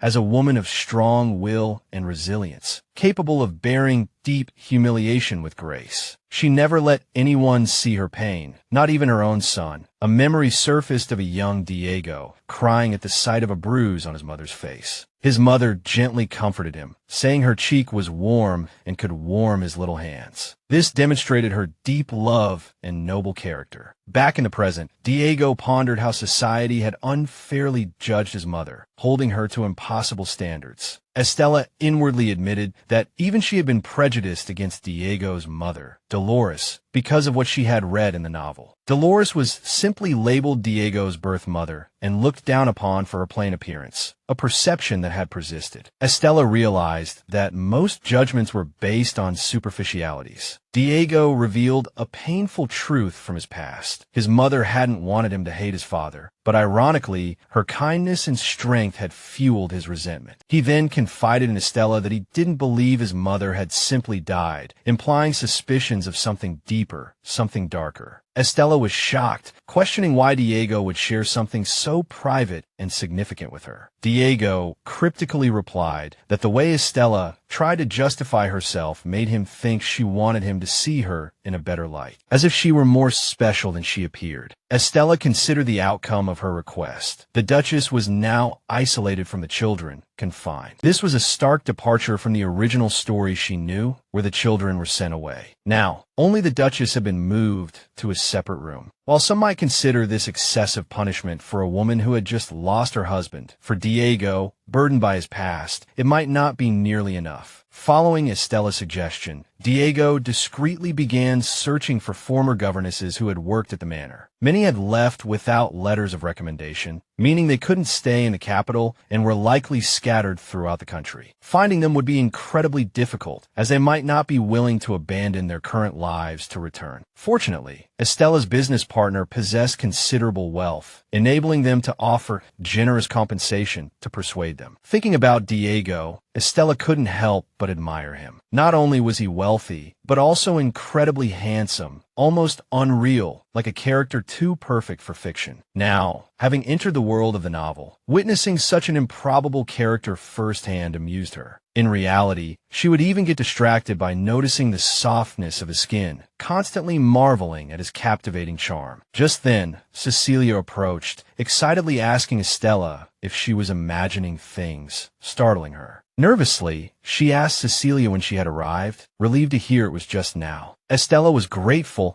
she hadn't voiced her admiration for Diego aloud. Composing herself, Estella cheerfully invited Cecilia to go find the young master, and Cecilia readily agreed. Picking up the happy girl, Estella noticed her excitement and asked if she enjoyed going out so much. Cecilia excitedly replied that she loved both going out and sweets. They then headed to Cedric's room, where Estella knocked and called for him. Cedric replied that he'd be right there, quickly getting ready to go out. A maid smiled, saying Cedric had been looking forward to this outing all day, punctual and clearly excited. Estella remarked that their dessert trip had been postponed for a while, making this one even more special. Before they left, the maid quietly cautioned Estella not to let Cedric eat too many sweets, lest he spoil his dinner. Estella whispered back that she only intended to give him a small amount anyway. As they prepared to depart, a maid joked that with the mistress away, this outing was a good opportunity for the young master and miss to spend time together. Another maid quickly hushed her, reminding her to be careful what she said. They politely saw them off, mentioning the carriage was waiting outside. Estella thought that while the Duchess's confinement was a serious matter, it had inadvertently provided a welcome change for the children. As they left, Estella playfully asked Cedric to help her into the carriage by holding her hand. The proud little boy insisted he could climb in himself. Estella sighed inwardly, thinking being a teacher was certainly no easy task. Once inside the carriage, Estella was surprised to find both Cedric and Cecilia sitting close to her, despite the ample space opposite. They both expressed a preference for being near her. Estella, seeing this, simply laughed and said since the trip to town wasn't far, they could sit like that. Estella and the children waited in the carriage, growing uneasy as the gates remained closed. She began to wonder if something was wrong. She went outside and inquired with the guards. They apologized, explaining that someone had repeatedly insisted on seeing the young duke, but hadn't followed the proper procedures. But they assured her the matter would be resolved shortly. Out of curiosity, Estella offered to meet the visitor herself. As she walked towards the gate, a thought flashed through her mind. Could this unexpected visitor be Miss Adriana? Her intuition proved correct. Adriana was surprised when Estella called out her name. She asked Estella how she knew her. Estella explained that she had seen her at the funeral and had been struck by her beauty, leaving a lasting impression. Estella quickly realized that if Adriana had identified herself directly, she would have been admitted without any trouble. But perhaps Adriana had chosen to wait and keep a low profile to avoid attracting attention. Worried that it might be misinterpreted as a clandestine meeting, Estella almost blurted out something but stopped herself just in time. She reflected inwardly that although she almost misspoke,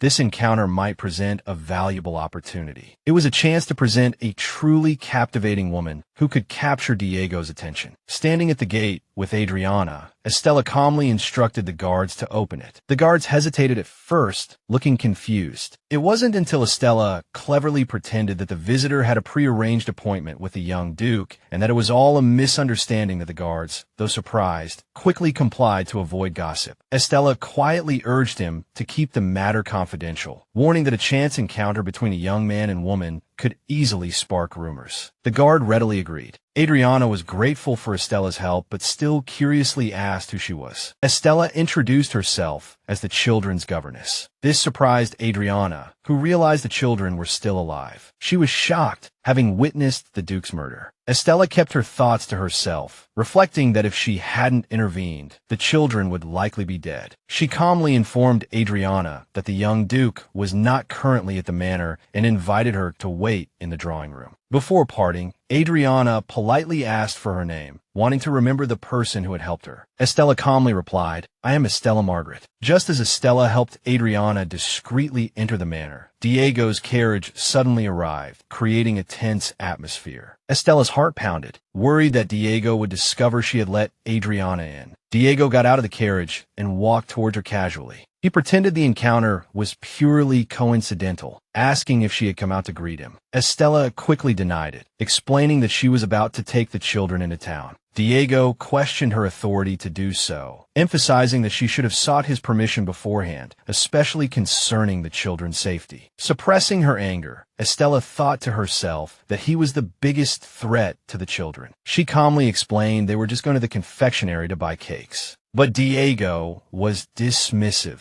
coldly regarding the children as an unnecessary burden and arrogantly asserting his authority as their guardian. While Estella was talking to the guard nervously informed Diego that a guest was waiting inside. Diego, surprised, asked who it was. Adriana then stepped forward and politely introduced herself. Diego's expression immediately turned unpleasant. He claimed he had never heard of her and demanded to know why she had been allowed inside. Estella started to sweat, realizing that although she had taken a risk, this meeting between Diego and Adriana was crucial. It was her only chance to shake Diego's control over her and change the situation. Under pressure, the guard nervously shifted the blame to Miss Margaret, saying she had mentioned the guest had an appointment with Diego. Caught off guard, Diego demanded an explanation. Estella confidently told him that Adriana was someone he should meet, an important person. Diego retorted that he didn't recall agreeing to such a meeting. but Estella calmly reminded him of a special promise he had made. At this, Diego recalled his conversation with Estella. She had told him that a woman of exceptional beauty would appear within 3 months, and if his attitude towards the arranged marriage remained unchanged after meeting her, they could continue their discussion. Now, the moment had finally arrived. Estella had played her trump card. As Diego processed this, he quickly remembered Estella mentioning the appearance of a breathtaking beauty within 3 months. Realizing this must be the person she had spoken of. To avoid escalating the situation, he decided to go along with it for the time being. Diego, maintaining his composure, politely admitted to forgetting the agreement and inquired about Adriana's surname. Adriana formally introduced herself as Adriana Teresa Asters, the eldest daughter of the Marquis of Asters, explaining her absence from high society due to poor health. After confirming her identity, Diego calmly invited her inside to discuss further. As they walked towards the manor, Estella quietly breathed a sigh of relief. Everything was unfolding according to the original plot, which reassured Estella. However, as Diego passed by her, he muttered a low threat, "We'll talk when you get back." His words sent a chill down her spine, tightening her chest with unease and tension. Just then, Cedric cheerfully called for her to hurry. Though still apprehensive, Estella prepared to leave, knowing her troubles with Diego were far from over. As Estella, Cedric, and Cecilia rode the carriage towards town, Estella tried to reassure herself that everything would be all right, that Diego would eventually accept Adriana's proposal. She hoped things were back on track, focusing on getting through the day peacefully, without further conflict. After returning from town in the evening, Estella carefully put the children to bed and then quietly slipped back to her room. She tried her best to avoid Diego. As long as she could get back to her room safely, it would be fine. Thankfully, she hadn't run into him yet. Coming home at dusk was indeed a wise decision, she thought. Finally inside her room, she sighed in relief, but the feeling was short-lived. Diego was waiting for her in the darkness. He asked abruptly, "What did you mean by everything will be all right?" Startled, Estella cried out, "Why, you scared me." Diego replied with a playful tone, "I think my eardrums are the ones that should be scared." Flustered, Estella accused him of entering a grown woman's room without permission, stating that even a young duke should know better. But Diego slyly retorted, "Was it polite to stand me up today? I'll remember that." Estella argued that she hadn't stood him up, but Diego reminded her that she promised to talk after she returned and should have come home earlier. As she was about to explain, she noticed an open book on her desk and quickly changed the subject, demanding to know what he was reading. Diego casually dismissed it, saying it wasn't a diary. Estella panicked, denying she even kept a diary, inwardly relieved that the book on the table was about childcare, and not the romance novel hidden in her drawer. Estella struggled to regain control of the conversation, asking him what he wanted to talk about. Diego, still sharp and serious, said he had a few questions, starting with the identity of the lady who visited earlier. Estella calmly reminded him that the lady had already introduced herself as Miss Adriana. When Diego pressed her on whether she knew Adriana beforehand, Estella explained that she had only seen her from afar at the Duke's funeral, and that Adriana's beauty was memorable. Despite her explanation, Estella felt like she was being interrogated. Diego then moved on to his second question, asking why Estella brought Adriana into the manor. Estella defended herself, saying that since Adriana attended the funeral as a mourner and spoke sincerely, she assumed the lady was of noble birth and thought it reasonable for Diego to at least meet her. Diego brought up their supposed appointment, questioning why she lied. Estella confessed to lying to the guard about Diego having an appointment with Adriana, simply to manage the situation. Suddenly, Diego dropped a bombshell. Adriana had proposed marriage to him. She told him she knew he killed his father and offered a condition. She would remain silent about it if he married her. The news stunned Estella. She realized that in Diego's eyes, she was likely in cahoots with Adriana. Estella struggled to remain calm, carefully asking if Adriana had mentioned her name. Diego said no, and when he asked Adriana if she was connected to Estella, she claimed it was their first meeting. Estella explained that she had only seen Adriana from a distance at the Duke's funeral, nothing more. Diego, still serious, said he had one last question. Estella tensed, wondering what he would ask next. Diego looked at her and asked if he should accept the proposal. Caught off guard, Estella was overwhelmed with a mix of emotions. She masked her feelings, urging him to accept, while a heavy thought reminded her that he would ultimately become her lifelong partner. Diego pressed her further on her previous answer, asking if she truly wanted him to share a bed with someone who had threatened him. Estella wondered if he was always this rational in the original story, or if she had been too focused on the steamy scenes to notice the serious parts. She teased him, saying it was strange to call Adriana a threat, especially since she was so beautiful and seemed to perfectly fit his taste. But Diego firmly denied it twice, insisting it wasn't the case. His tone then turned serious as he reminded her that he came to her today because he wanted to trust her. This wasn't like him. The old Diego would have already thrown her out if he had any suspicions. He added that perhaps she should stop reading those hidden romance novels, where everything begins with love and ends with affairs. Estella blushed, embarrassed. Startled under the drawer, she erupted in awkward embarrassment, scolding him for going through her things, then turned to leave. Diego firmly told Estella that even the simplest search was necessary. He emphasized that no matter what happened, he needed to be able to trust her. He was sincerely asking this of her. After he left, Estella lay on her bed, cheeks flushed, thinking of him, murmuring to herself that she wouldn't trust him. Meanwhile, Diego was walking down the hallway. A man approached him, greeting him and mentioning he hadn't seen him at the funeral. It was Viscount Potri, Diego's uncle, and the younger brother of the current Marquis Potri. Diego responded coldly, saying he hadn't expected to see him again so soon, especially since he hadn't shown up at the funeral. Potri apologized, claiming he hadn't been feeling well. But Diego thought to himself that this uncle was one of the opportunists Estella had warned him about. The investigation had revealed his depravity, gambling away his fortune and even dabbling in drugs. The respectable gentleman of his childhood memories had become a disgrace. Viscount Potri voiced his concern, saying he'd heard Diego had driven the Duchess out of the villa. He believed that treating a widow so harshly so soon after her husband's death would damage Diego's reputation. Diego calmly replied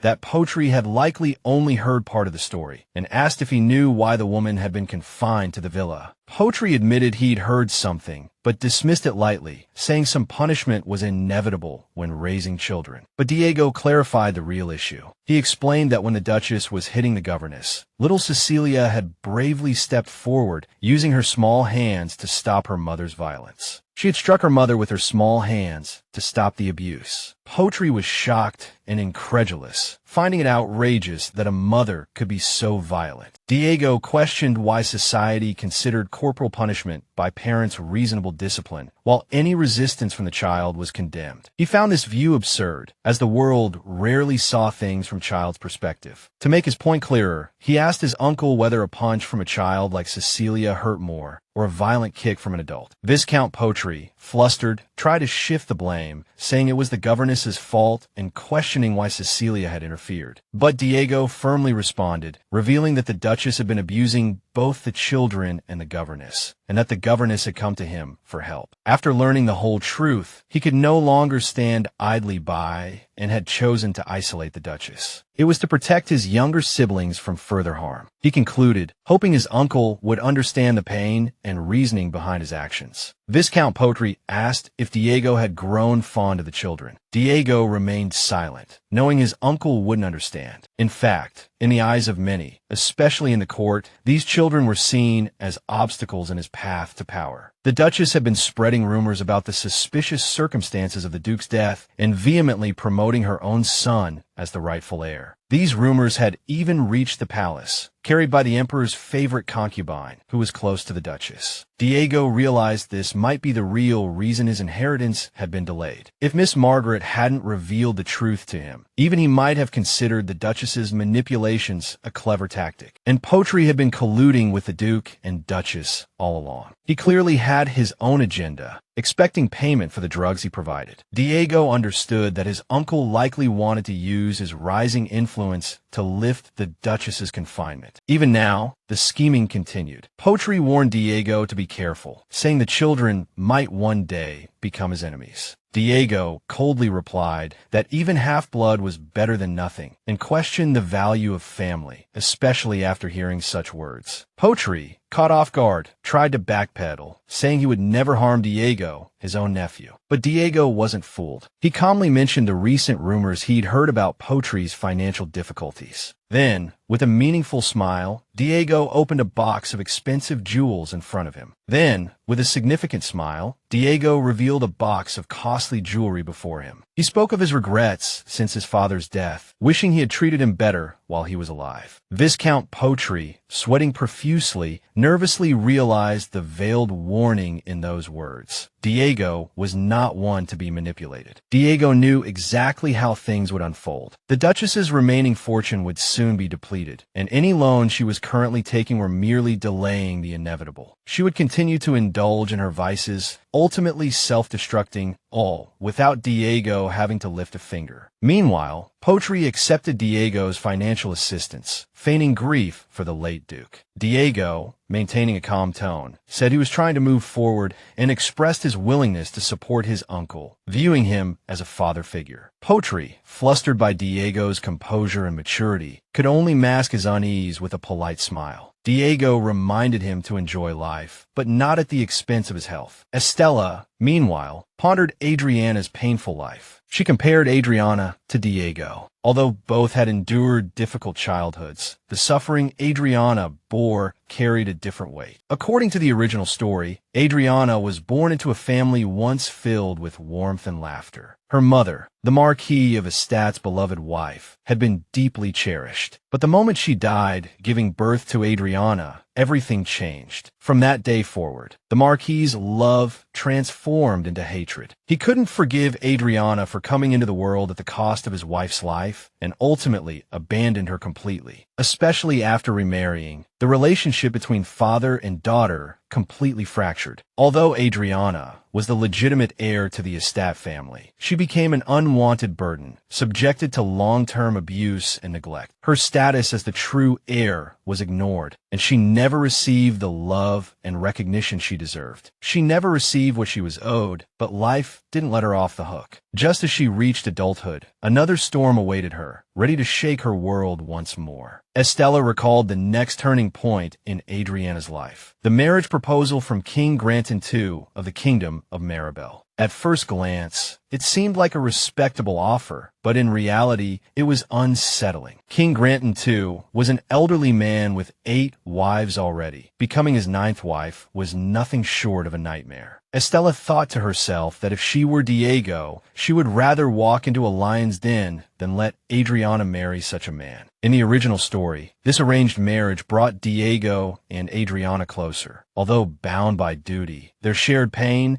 and sympathy eventually blossomed into true love. It was at this moment that the main plot of the contract marriage with the dangerous Duke truly began. The two protagonists finally met, and the real story unfolded. Just then, Estella heard a knock at the door. She opened it, and a butler politely greeted her and handed her a letter. Estella was curious and confused, as she hadn't been expecting any correspondence. But as she read the letter, her expression changed. Estella read the letter from Adriana, which humbly thanked her for her previous assistance. Adriana explained that she had been too overwhelmed at the time to properly express her gratitude and now wished to meet with Estella in person. To that end, she invited Estella to meet her that evening, not in a secluded spot, nor at a conventional meeting place, but at the Opera House, an unexpected and elegant public venue. Estella was surprised by this choice and somewhat curious. Just then, the butler spoke again, informing Estella that Diego was looking for her. Estella felt a wave of nervousness, suspecting that Diego might already be aware of the letter. She sighed in resignation, wondering where she was being summoned to this time. Later, she arrived at the training grounds and saw Diego practicing. Every arrow he shot was incredibly precise, prompting her to murmur her admiration for his skill. Diego, sensing her presence, asked if she had been watching. Estella replied that she had, and was impressed by the display. Diego then gestured to his weapon, mentioning that it was an extremely rare item, even in the capital. He offered to explain it to her in detail, seemingly intending to steer the conversation towards a deeper topic. But Estella calmly declined Diego's offer, stating that ordinary people like her prefer to live in a world where weapons weren't constantly evolving. With a playful smile, Diego replied that the weapon wasn't even as practical as a soldier's sword,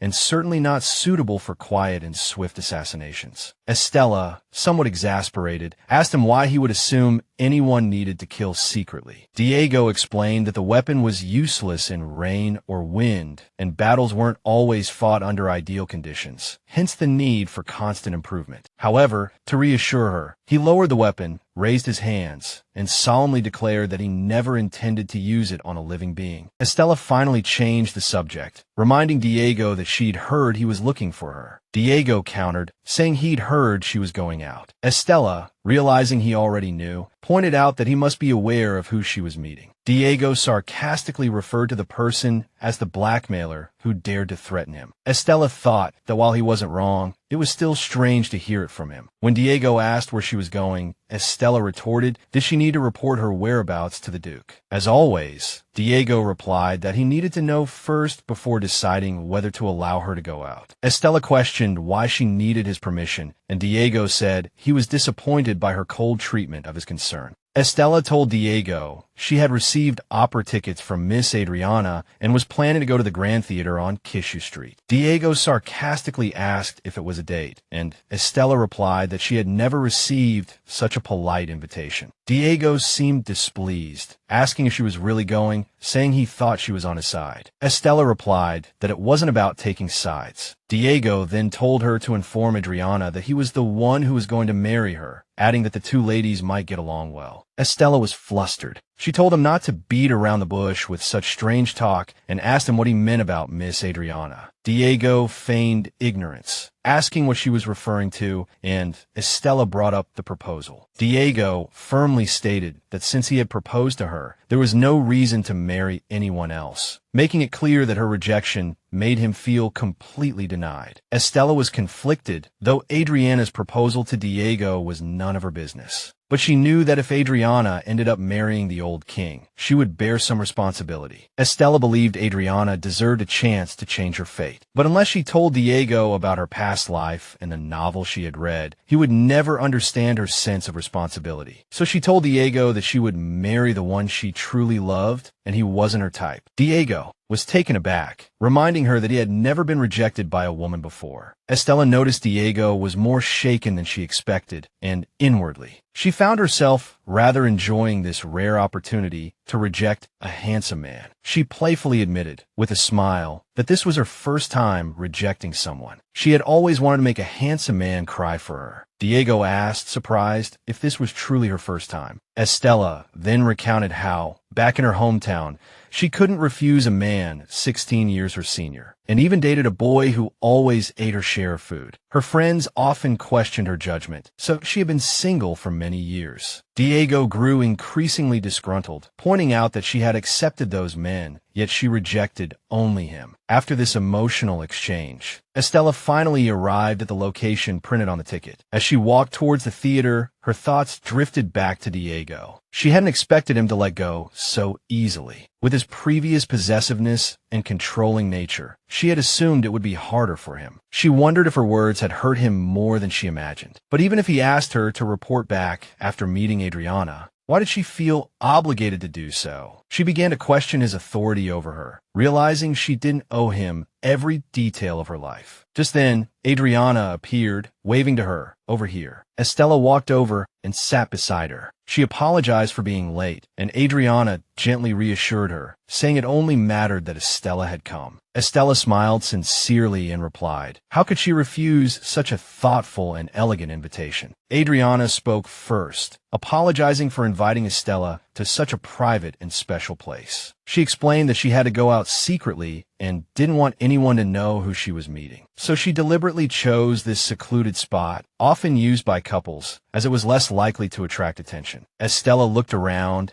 and softly remarked that it really felt like they were the only two people there. Adriana was momentarily surprised, taking it as a good omen, and smiled. Just then, the opera began. Estella pointed out that the performance had started, and the two fell silent to enjoy the moment. But Adriana's mind was still preoccupied with deeper matters. She softly admitted that she hadn't expected Estella to actually come. She didn't want to pressure her, but confessed that she was desperate enough to take the risk. Then, with a serious tone, she brought up her previous visit to the Duke's mansion. Estella already knew the answer and calmly replied that she knew Adriana had proposed to the Duke. Adriana confessed the harsh reality. She was about to be married off. She explained that this was a common fate for noble women. Due to her age, she had long resigned herself to accepting any husband her father chose for her, even if he were twice her age. She would have been grateful for merely an older husband, but the reality was worse. He already had more than 5 wives and was rumored to be violent. She finally revealed the identity of her future husband, King Grandon II of the Kingdom of Maribel, a man over 60. Since Adriana was not yet of age, her marriage was entirely in her father's hands. This was why she needed protection, someone powerful enough to intervene. Though ashamed, she was more afraid of the fate awaiting her in a foreign land where she didn't speak the language. She confessed that she had spent a considerable sum on opera tickets today, just to create this opportunity. Despite being a marquis's daughter, she had little access to money. She had neither reputation nor influence. Her voice trembled as she admitted her request might be unreasonable, but she was desperate, filled with sincerity and urgency. She implored Miss Estella Margaret to help her create an opportunity to meet the young Duke. Estella recalled Adriana's sincerity. Despite being a marquis's daughter and coming from a prominent family, Adriana hadn't used her status to pressure or manipulate her. Instead, like a true protagonist, she made a sincere and humble request. Touched by Adriana's candor, Estella replied that while she couldn't guarantee success, she would do her best to help her escape the cruel fate that awaited her. Adriana, moved to tears, thanked her profusely, though she had nothing to offer in return. But Estella reassured her, saying she wasn't helping for a reward. Adriana insisted that even if Estella was acting out of pity, she was truly grateful. Watching the scene unfold, Estella thought to herself that she didn't know how to change Diego's mind, but perhaps, like a spectacular performance, a miracle would occur. If fate truly existed, there must still be a chance to win. Meanwhile, Diego, reading a book,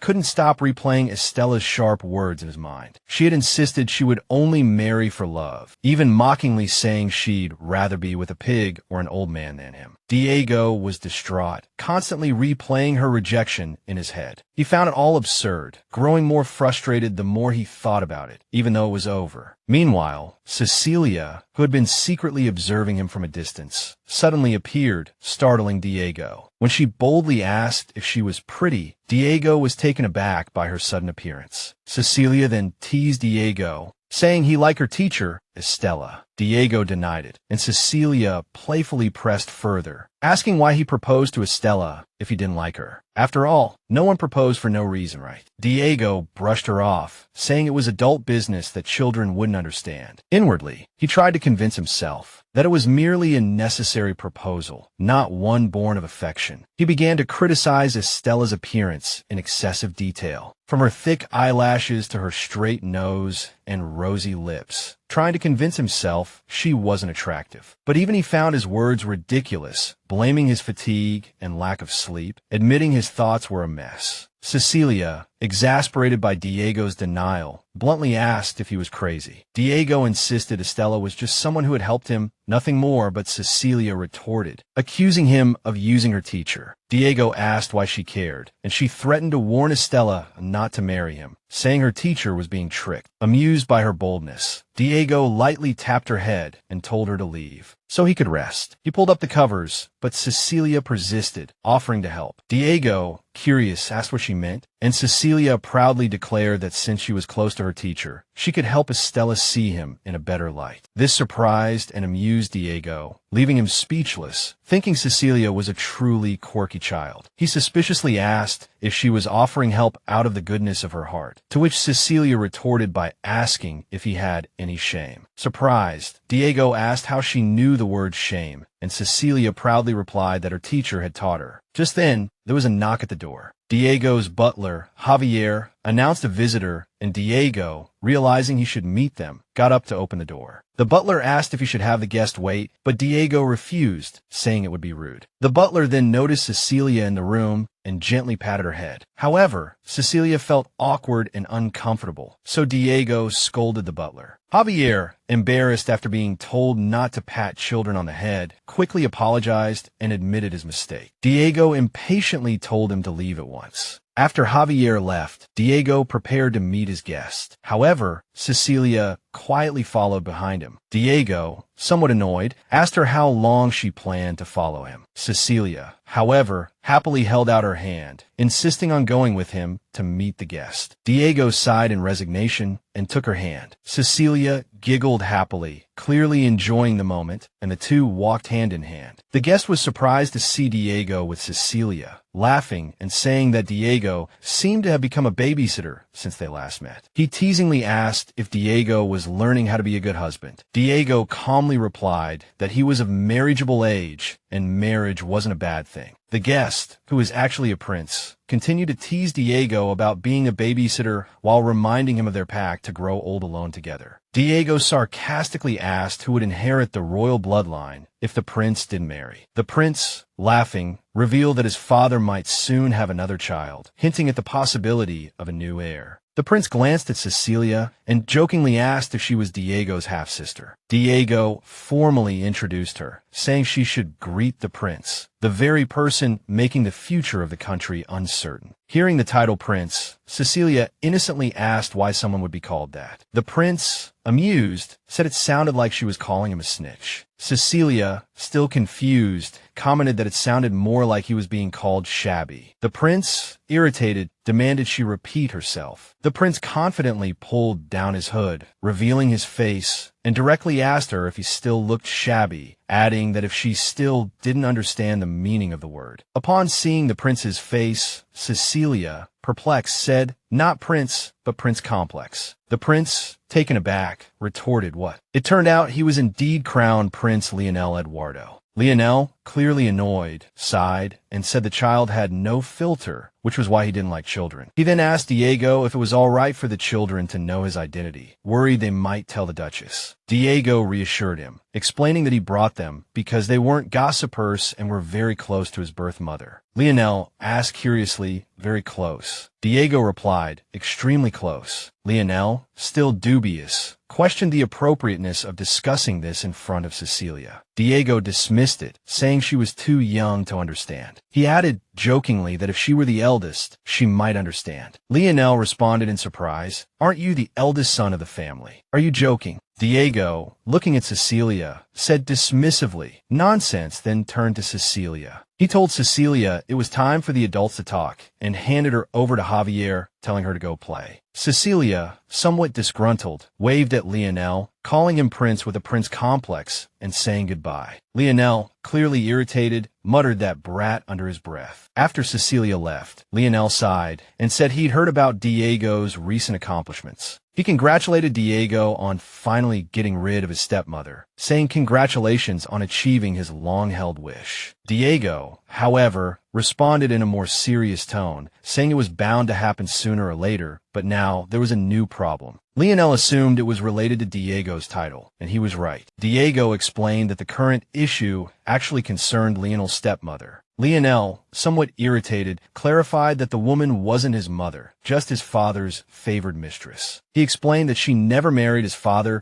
but was nevertheless granted the title of Countess Camilla. Diego quipped that their relationship must have been quite something to warrant the title of Countess, further irritating Lionel. Diego then changed the subject, mentioning that the Duchess and the Countess were very close. It was because of their influence that Diego still hadn't received his title. Lionel conceded conceded wearily that his father was completely infatuated with the Countess and willing to do anything for her. Diego, frustrated with the situation, told Lionel that he would have to deal with it himself, as he was the one affected. Lionel, equally disgruntled, complained that Diego's family had also caused him a lot of trouble. He also asked if Diego was planning to cause him even more trouble. Diego retorted sarcastically that being the prince's playmate had its perks, implying Lionel owed him a favor. Lionel retorted that Diego never played with him as a child, so he shouldn't pretend they were close. Diego told Lionel he wasn't asking for help for nothing and revealed that he had discovered a weakness of the Countess. When Lionel asked what it was, Diego insisted that Lionel first had to deal with Countess Camilla before he would reveal the information. After a moment of hesitation, Lionel reluctantly agreed to the condition. Diego then revealed that the Countess was having an affair, but Lionel seemed to already know about her habit of making the bed creak. Diego clarified that this was more than just a creaking bed. She was involved with High Priest Delmar. Lionel, shocked, asked Diego if he was certain. Diego confirmed that they had been meeting secretly for some time, a discovery he made unintentionally while investigating the Duchess's affairs. Lionel recalled the animosity between High Priest Delmar and Diego's family, mentioning the deep hatred between Delmar and his father. He explained that Delmar had lost his claim to the throne due to the late king's indifference, and their shared interest in women further fueled their rivalry. Lionel wondered if the Countess had leaked royal secrets due to her relationship with Delmar. Diego said that this required further investigation, but the fact that they were meeting in secret was enough to raise suspicion. He then asked Lionel for another favor.